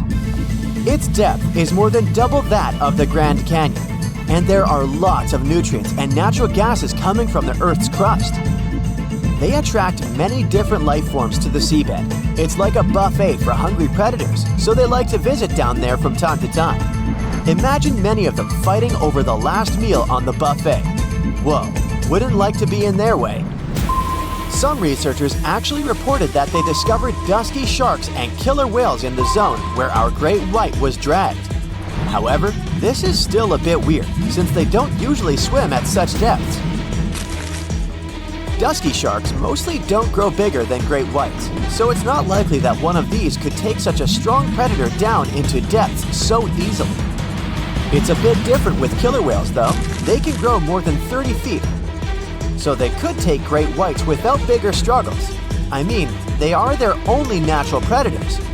Also, they're quick enough to get them, so this would kind of be an obvious answer. Or, do you remember how we said a great white got dragged at the depths of 1,900 feet? Yeah, killer whales don't go down there. They tend to catch their prey on the surface. Fun thought for the next time you're taking a nice relaxing swim in the ocean, huh? Also, the internal temperature of orcas is similar to humans, about 100 degrees Fahrenheit. And the tag attached to the great white shark only showed 78 degrees Fahrenheit. The giant squid could be an option too when you think about it. We don't know that much about them because they live very deep in the ocean, so it's hard to study them. They live at a depth between 1,000 and 2,000 feet. The biggest one ever found was 43 feet long and a weight of nearly a ton. Nothing big, only several times the weight and height of the average man. Plus, they have power tentacles that can get a great white relatively easily. It can grab its prey even if it's 33 feet away. They usually go after shrimp and smaller fish. But in 2020, there was a case with a shark that had large tentacle marks on its body, which means even sharks aren't off the table. Giant squids are animals that go to the surface during the night to catch their prey. They sleep during the day, so it could go up to the surface, grab a shark with its powerful tentacles, and go down. But still, temperature changes in the shark's body means it ended up in the stomach of some warm-blooded animal. Giant squids are cold-blooded. It's good to know it wasn't a giant squid. It would give me a whole new perspective on taking a casual swim during my summer vacation, I'm telling you.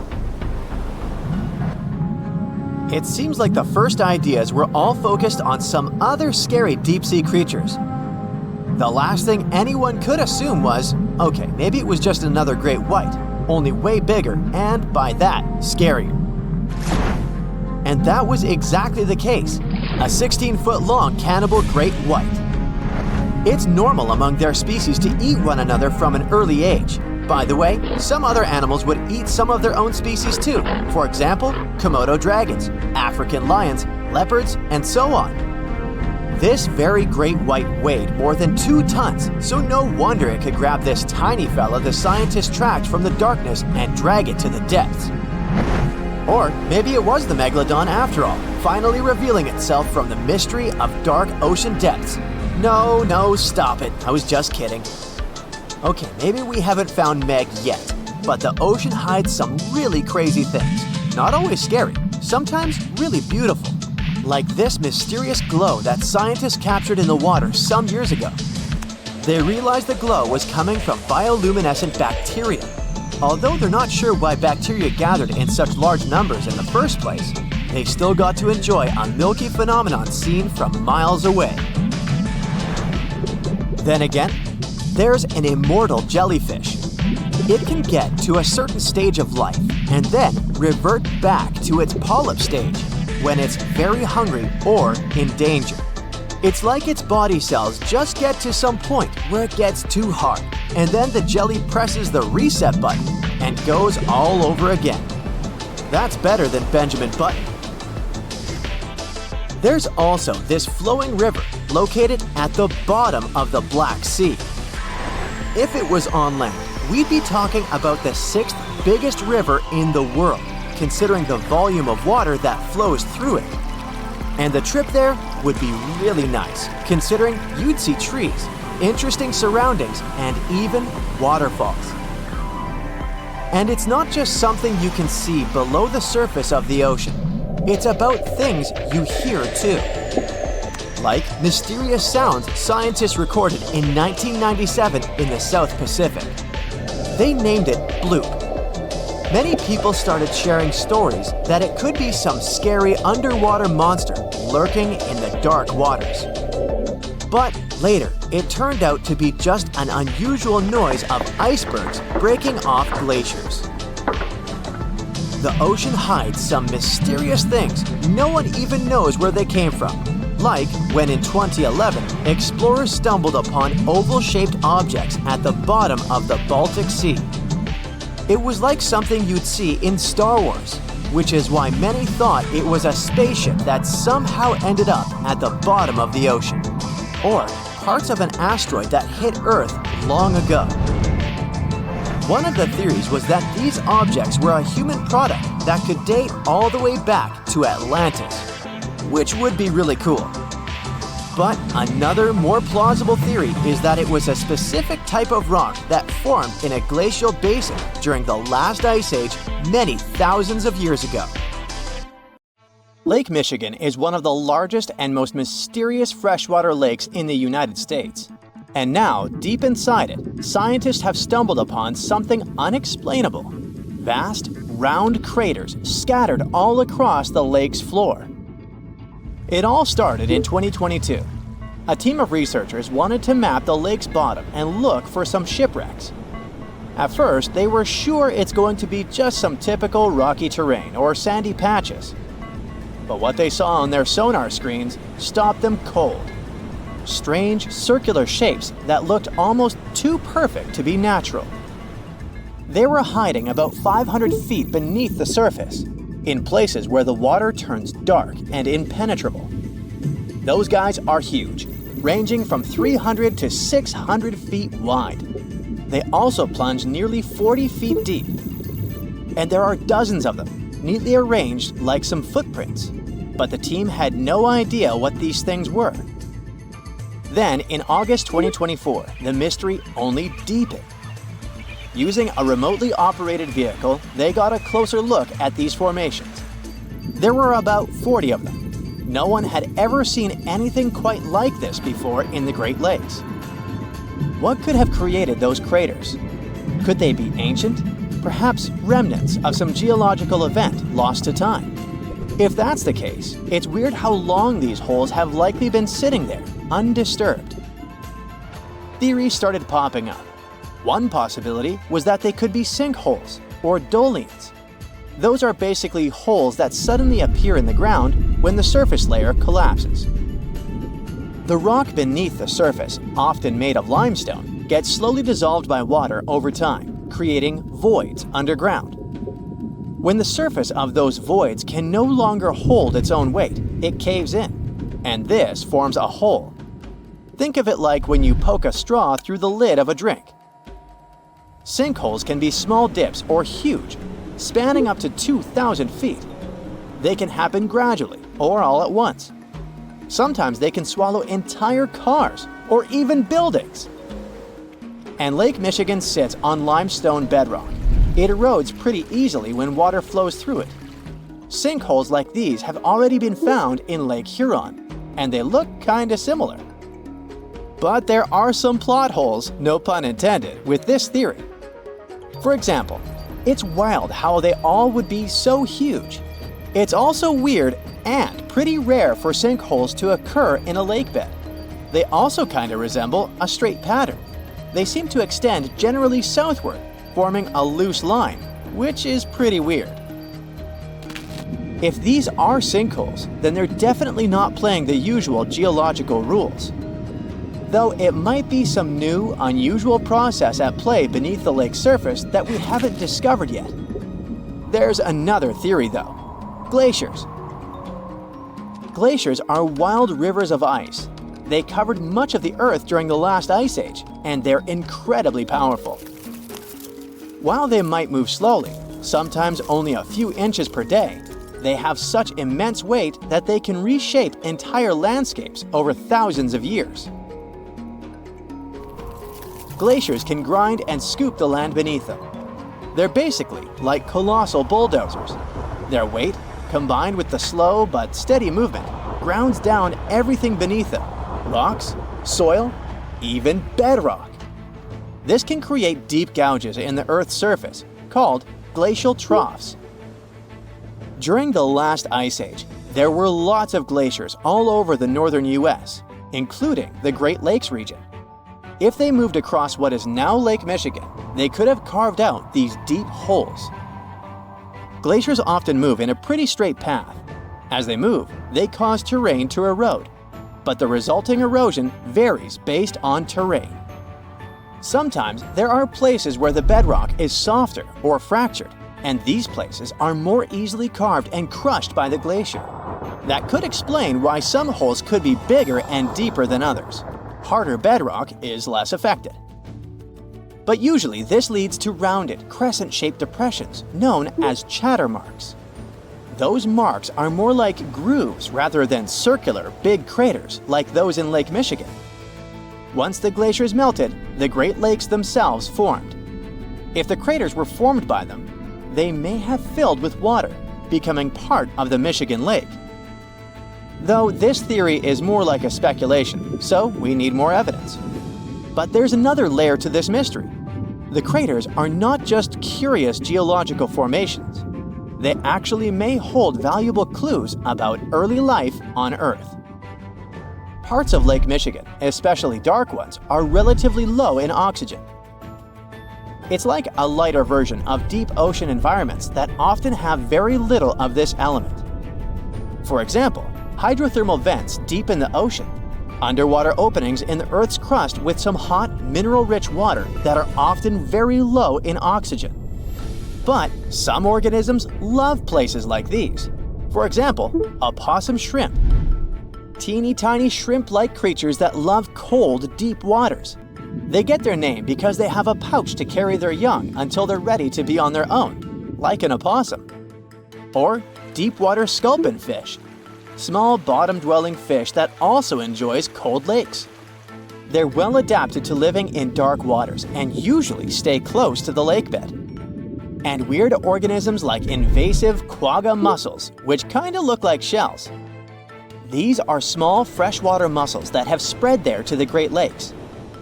They attach themselves to hard surfaces and can cause problems for ecosystems by competing with native species for food and space. All these guys could be in Lake Michigan, and even more. There might be microbes or even bacteria that are specially adapted to these harsh conditions, just like it was in Lake Huron.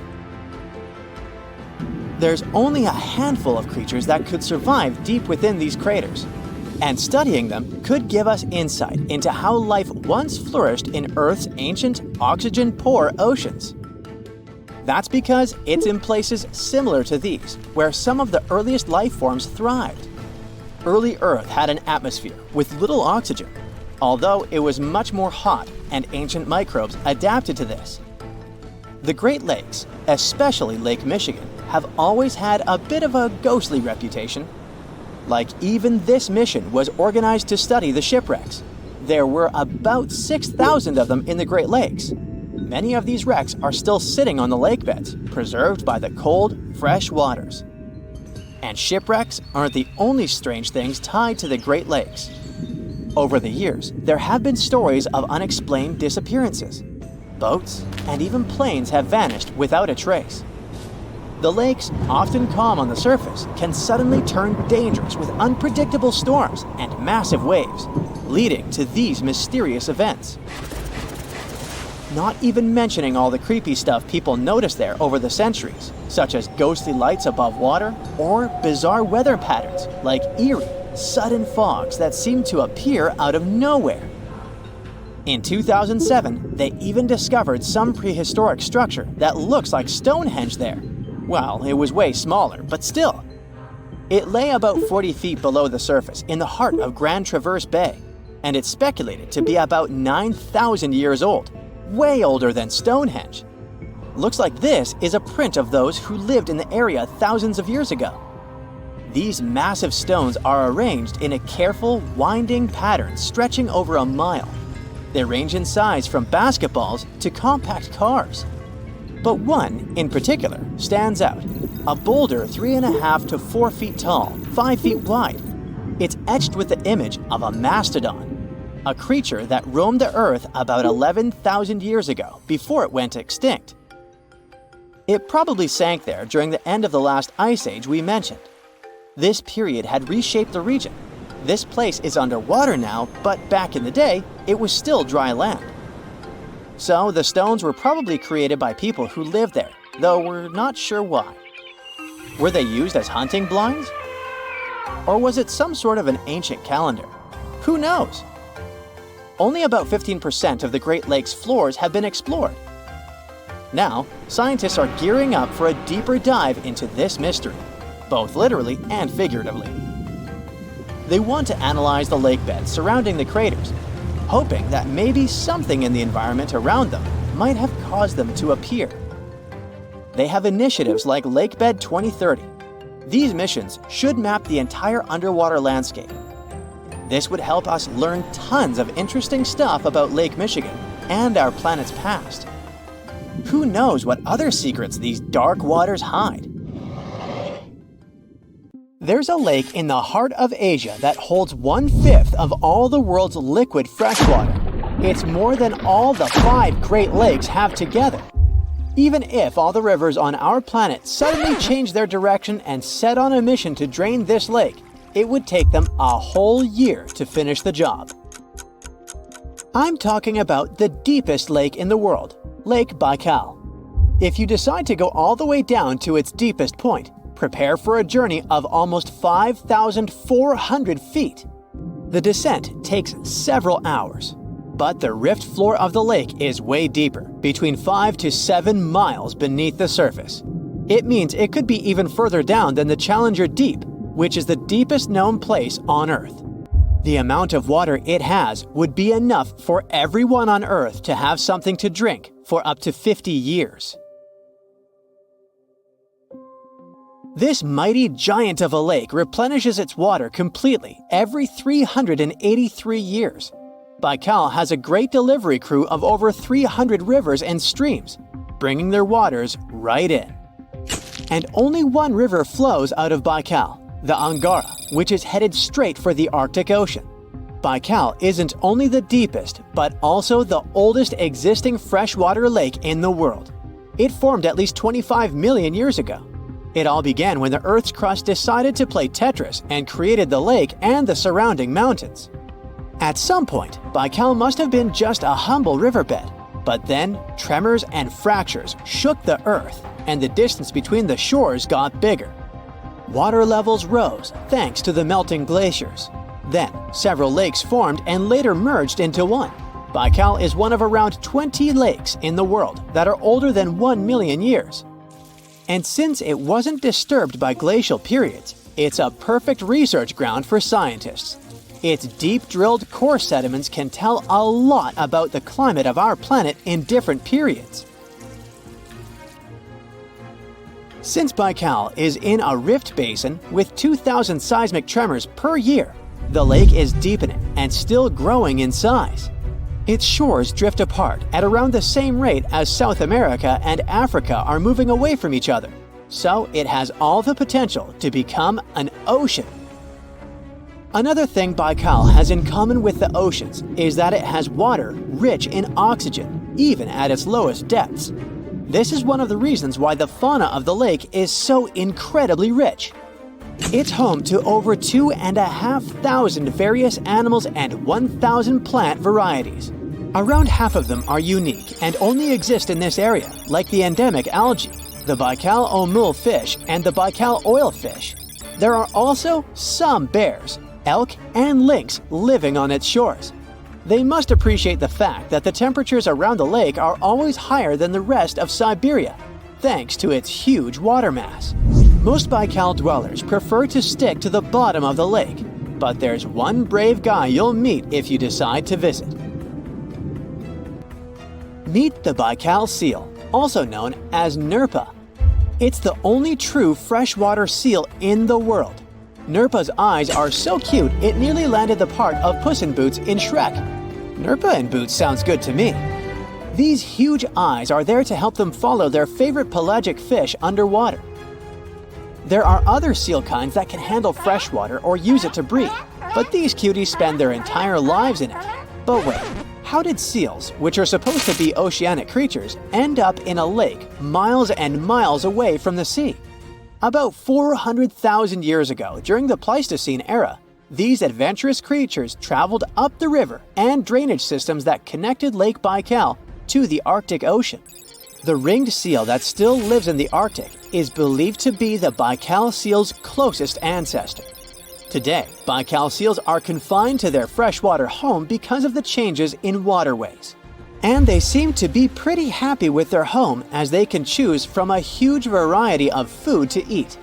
The seals mostly hang out in the north and central areas of the lake, but move south in the winter. The lake gets covered with ice, which they use as a chill-out zone, just like their oceanic cousins use rocks or the beach. Since at least 1969, Lake Baikal has had some mysterious ice rings pop up randomly here and there. At some point, they got so big that the astronauts even spotted them from space. The rings usually appear in late April, but can be there in January or May. Scientists couldn't crack the code on how these rings form for a while. They had all sorts of theories, and the most popular involved methane gas bubbles from the lake's depths. But then, scientists noticed that some of the rings were in shallower waters, where gas emissions don't happen. So, an international team of scientists decided to solve the mystery. They traveled to Lake Baikal, drilled holes in the ice, and dropped sensors into the water. In 2016, when they started the research, they heard that 2 vans had gotten stuck in the mysterious ice rings. Once they had analyzed the data from the sensors, it turned out that the secret behind the rings was warm eddies flowing clockwise under its ice cover. The currents were less intense in the center of the eddies, so the ice above them was thicker at the edges. The waters of the lake are so clear that you can see some extremely deep parts up to over 130 feet down. This is thanks to the surrounding mountains that send off melting ice right in. Plankton that live in the lake also helps clean the floating debris. When this crystal clear water freezes, it forms an unusually thick and see-through layer of ice. The wind likes to play sculptor on Baikal and creates one-of-a-kind pieces of art here. It picks up water, which, of course, freezes into the most unusual designs. Frozen bubbles and icicles you've never seen before. The location and geography of the lakes and the cycles of melting and refreezing create the perfect conditions for this ice workshop. And you can even see rocks that seem to be floating. The bottom of the rock freezes to the surface of the ice. Then, the strong winds wear away the surroundings, leaving a perfect pedestal for the rock. If you think the floating rocks look eerie, how about Baikal's version of the Loch Ness Monster? The local Buryat people have a legend about the water dragon master that lives in the lake. A dragon is believed to be the most powerful creature living on Earth in Asian mythology. They believe there are 4 dragons living in the 4 seas, each responsible for one of the cardinal directions. Baikal is the North Sea in this story. The image of this dragon is supposedly etched in ancient petroglyphs on the cliffs of Baikal. There's also a hefty stone slab that looks like a monument dated back to somewhere between the 3rd and the 9th century BCE, depicting a mysterious water monster. Imagine the stories this stone could tell, echoing the whispers of a bygone era and leaving us to unravel the enigma of the Baikal Cliffs.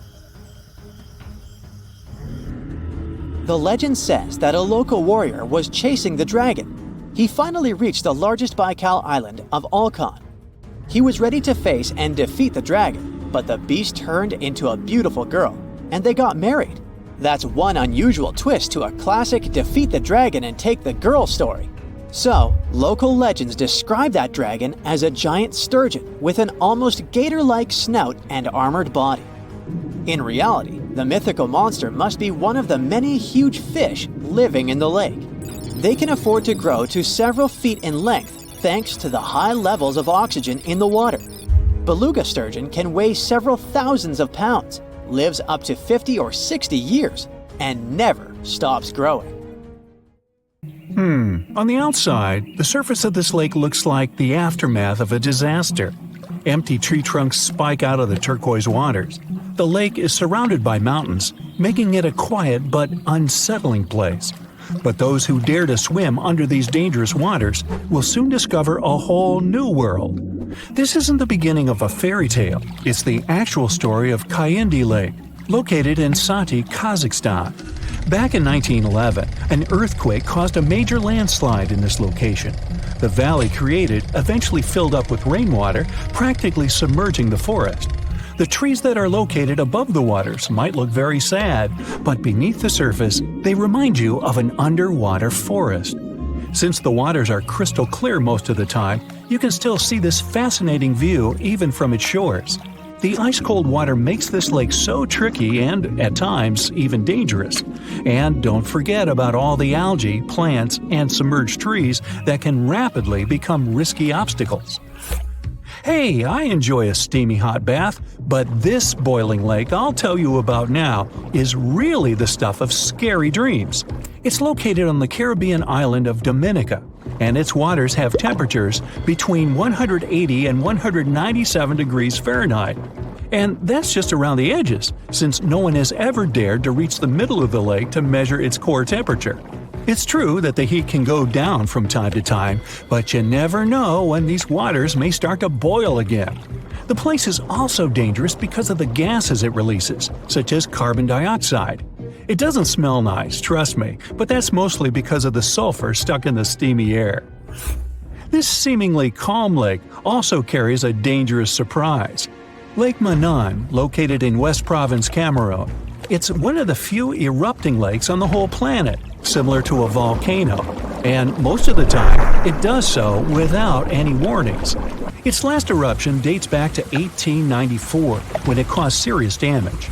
The chemical mechanism of such lakes works like a can of soda that you shake before opening. There are risky gases on the bottom of the waters, so any disturbance on the surface may trigger their eruption. Natron Lake in Tanzania may be beautiful to watch because of its unique reddish coloring, but it's definitely not a place you'd want to take a swim in. While the water is extremely salty, it also combines with algae, which, by the way, are responsible for the coloring.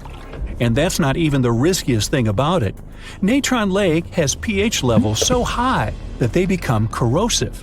If you dampen a piece of dyed material in this lake, it'll soon be stripped of its color. These high levels of acidity can also cause serious problems to the human skin. It's not all bad for some creatures, as Lake Natron is the only home to over 2.5 million small flamingos. These acidic and brackish waters support their survival, so it's no wonder they like to stick around. Lake Nicaragua's danger factor has less to do with chemistry and more to do with its inhabitants. It's located on the border of Costa Rica and Nicaragua and is the largest freshwater lake in Central America. When you first look at it, you won't think it can be dangerous, but because of the bull sharks inhabiting it, I wouldn't recommend taking a swim.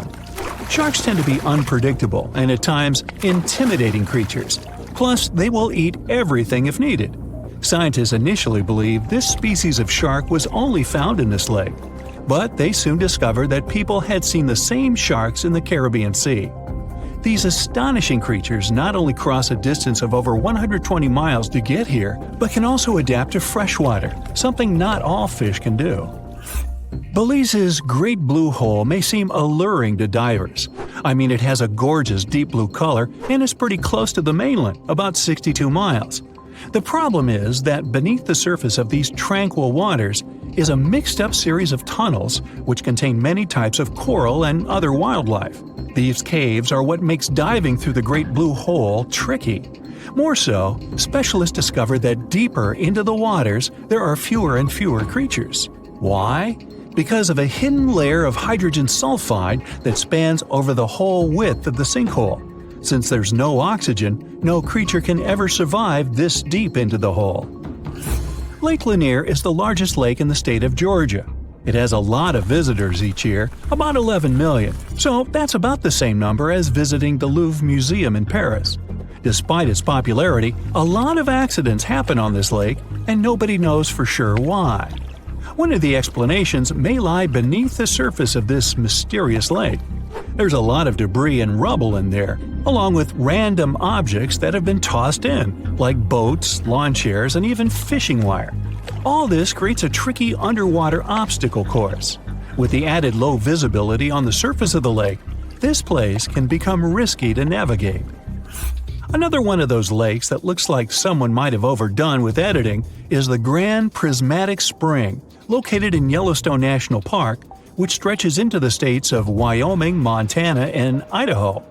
Swimming here is completely prohibited. Why? It's 189 degrees Fahrenheit in the center, almost close to boiling temperatures, and the outermost ring reaches around 131, hence the colors. Since the center of the water is way too hot for any life to make it, there's nothing clouding the surface. The lack of any living organisms here creates that vivid blue that looks almost painted over. On the small Mediterranean island of Cyprus, there's not a lot of rain during the summer. That's why some bodies of water here become so dry that in certain areas they get covered in a layer of baked salt. It's the case for the Larnaca Salt Lake. Now don't be fooled by the eerie landscape. These lands can easily become a trap. That's because it's easy to get confused about what's actually a dry surface and what's just a thin layer of salt on top of water or mud. More so, underneath the crust are salt crystals, which can cause problems for people's skin. Sameeson Hole is one of the most dangerous places to swim in the whole of Thailand. It's because it's very deep, reaching 280 feet, and gets extremely dark. At certain points, as divers get lower, they can even reach places with zero visibility. No wonder a lot of people get confused and can't seem to find their way up anymore. The largest lake in Africa and the third largest lake in the entire world is called Lake Victoria. Not all of its waters are unsafe for people, but some regions can rapidly cause problems. Why?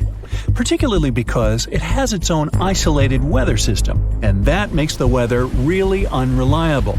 It can go from bright and sunny to terrible in a matter of seconds. I mean, who would want to get caught swimming in the middle of a storm, right? Pustoye Lake is located in Siberia, so I'm guessing I don't need to tell you the waters here get extremely cold. But if you look at the lake, there's nothing out of the ordinary with these waters. Is that completely true?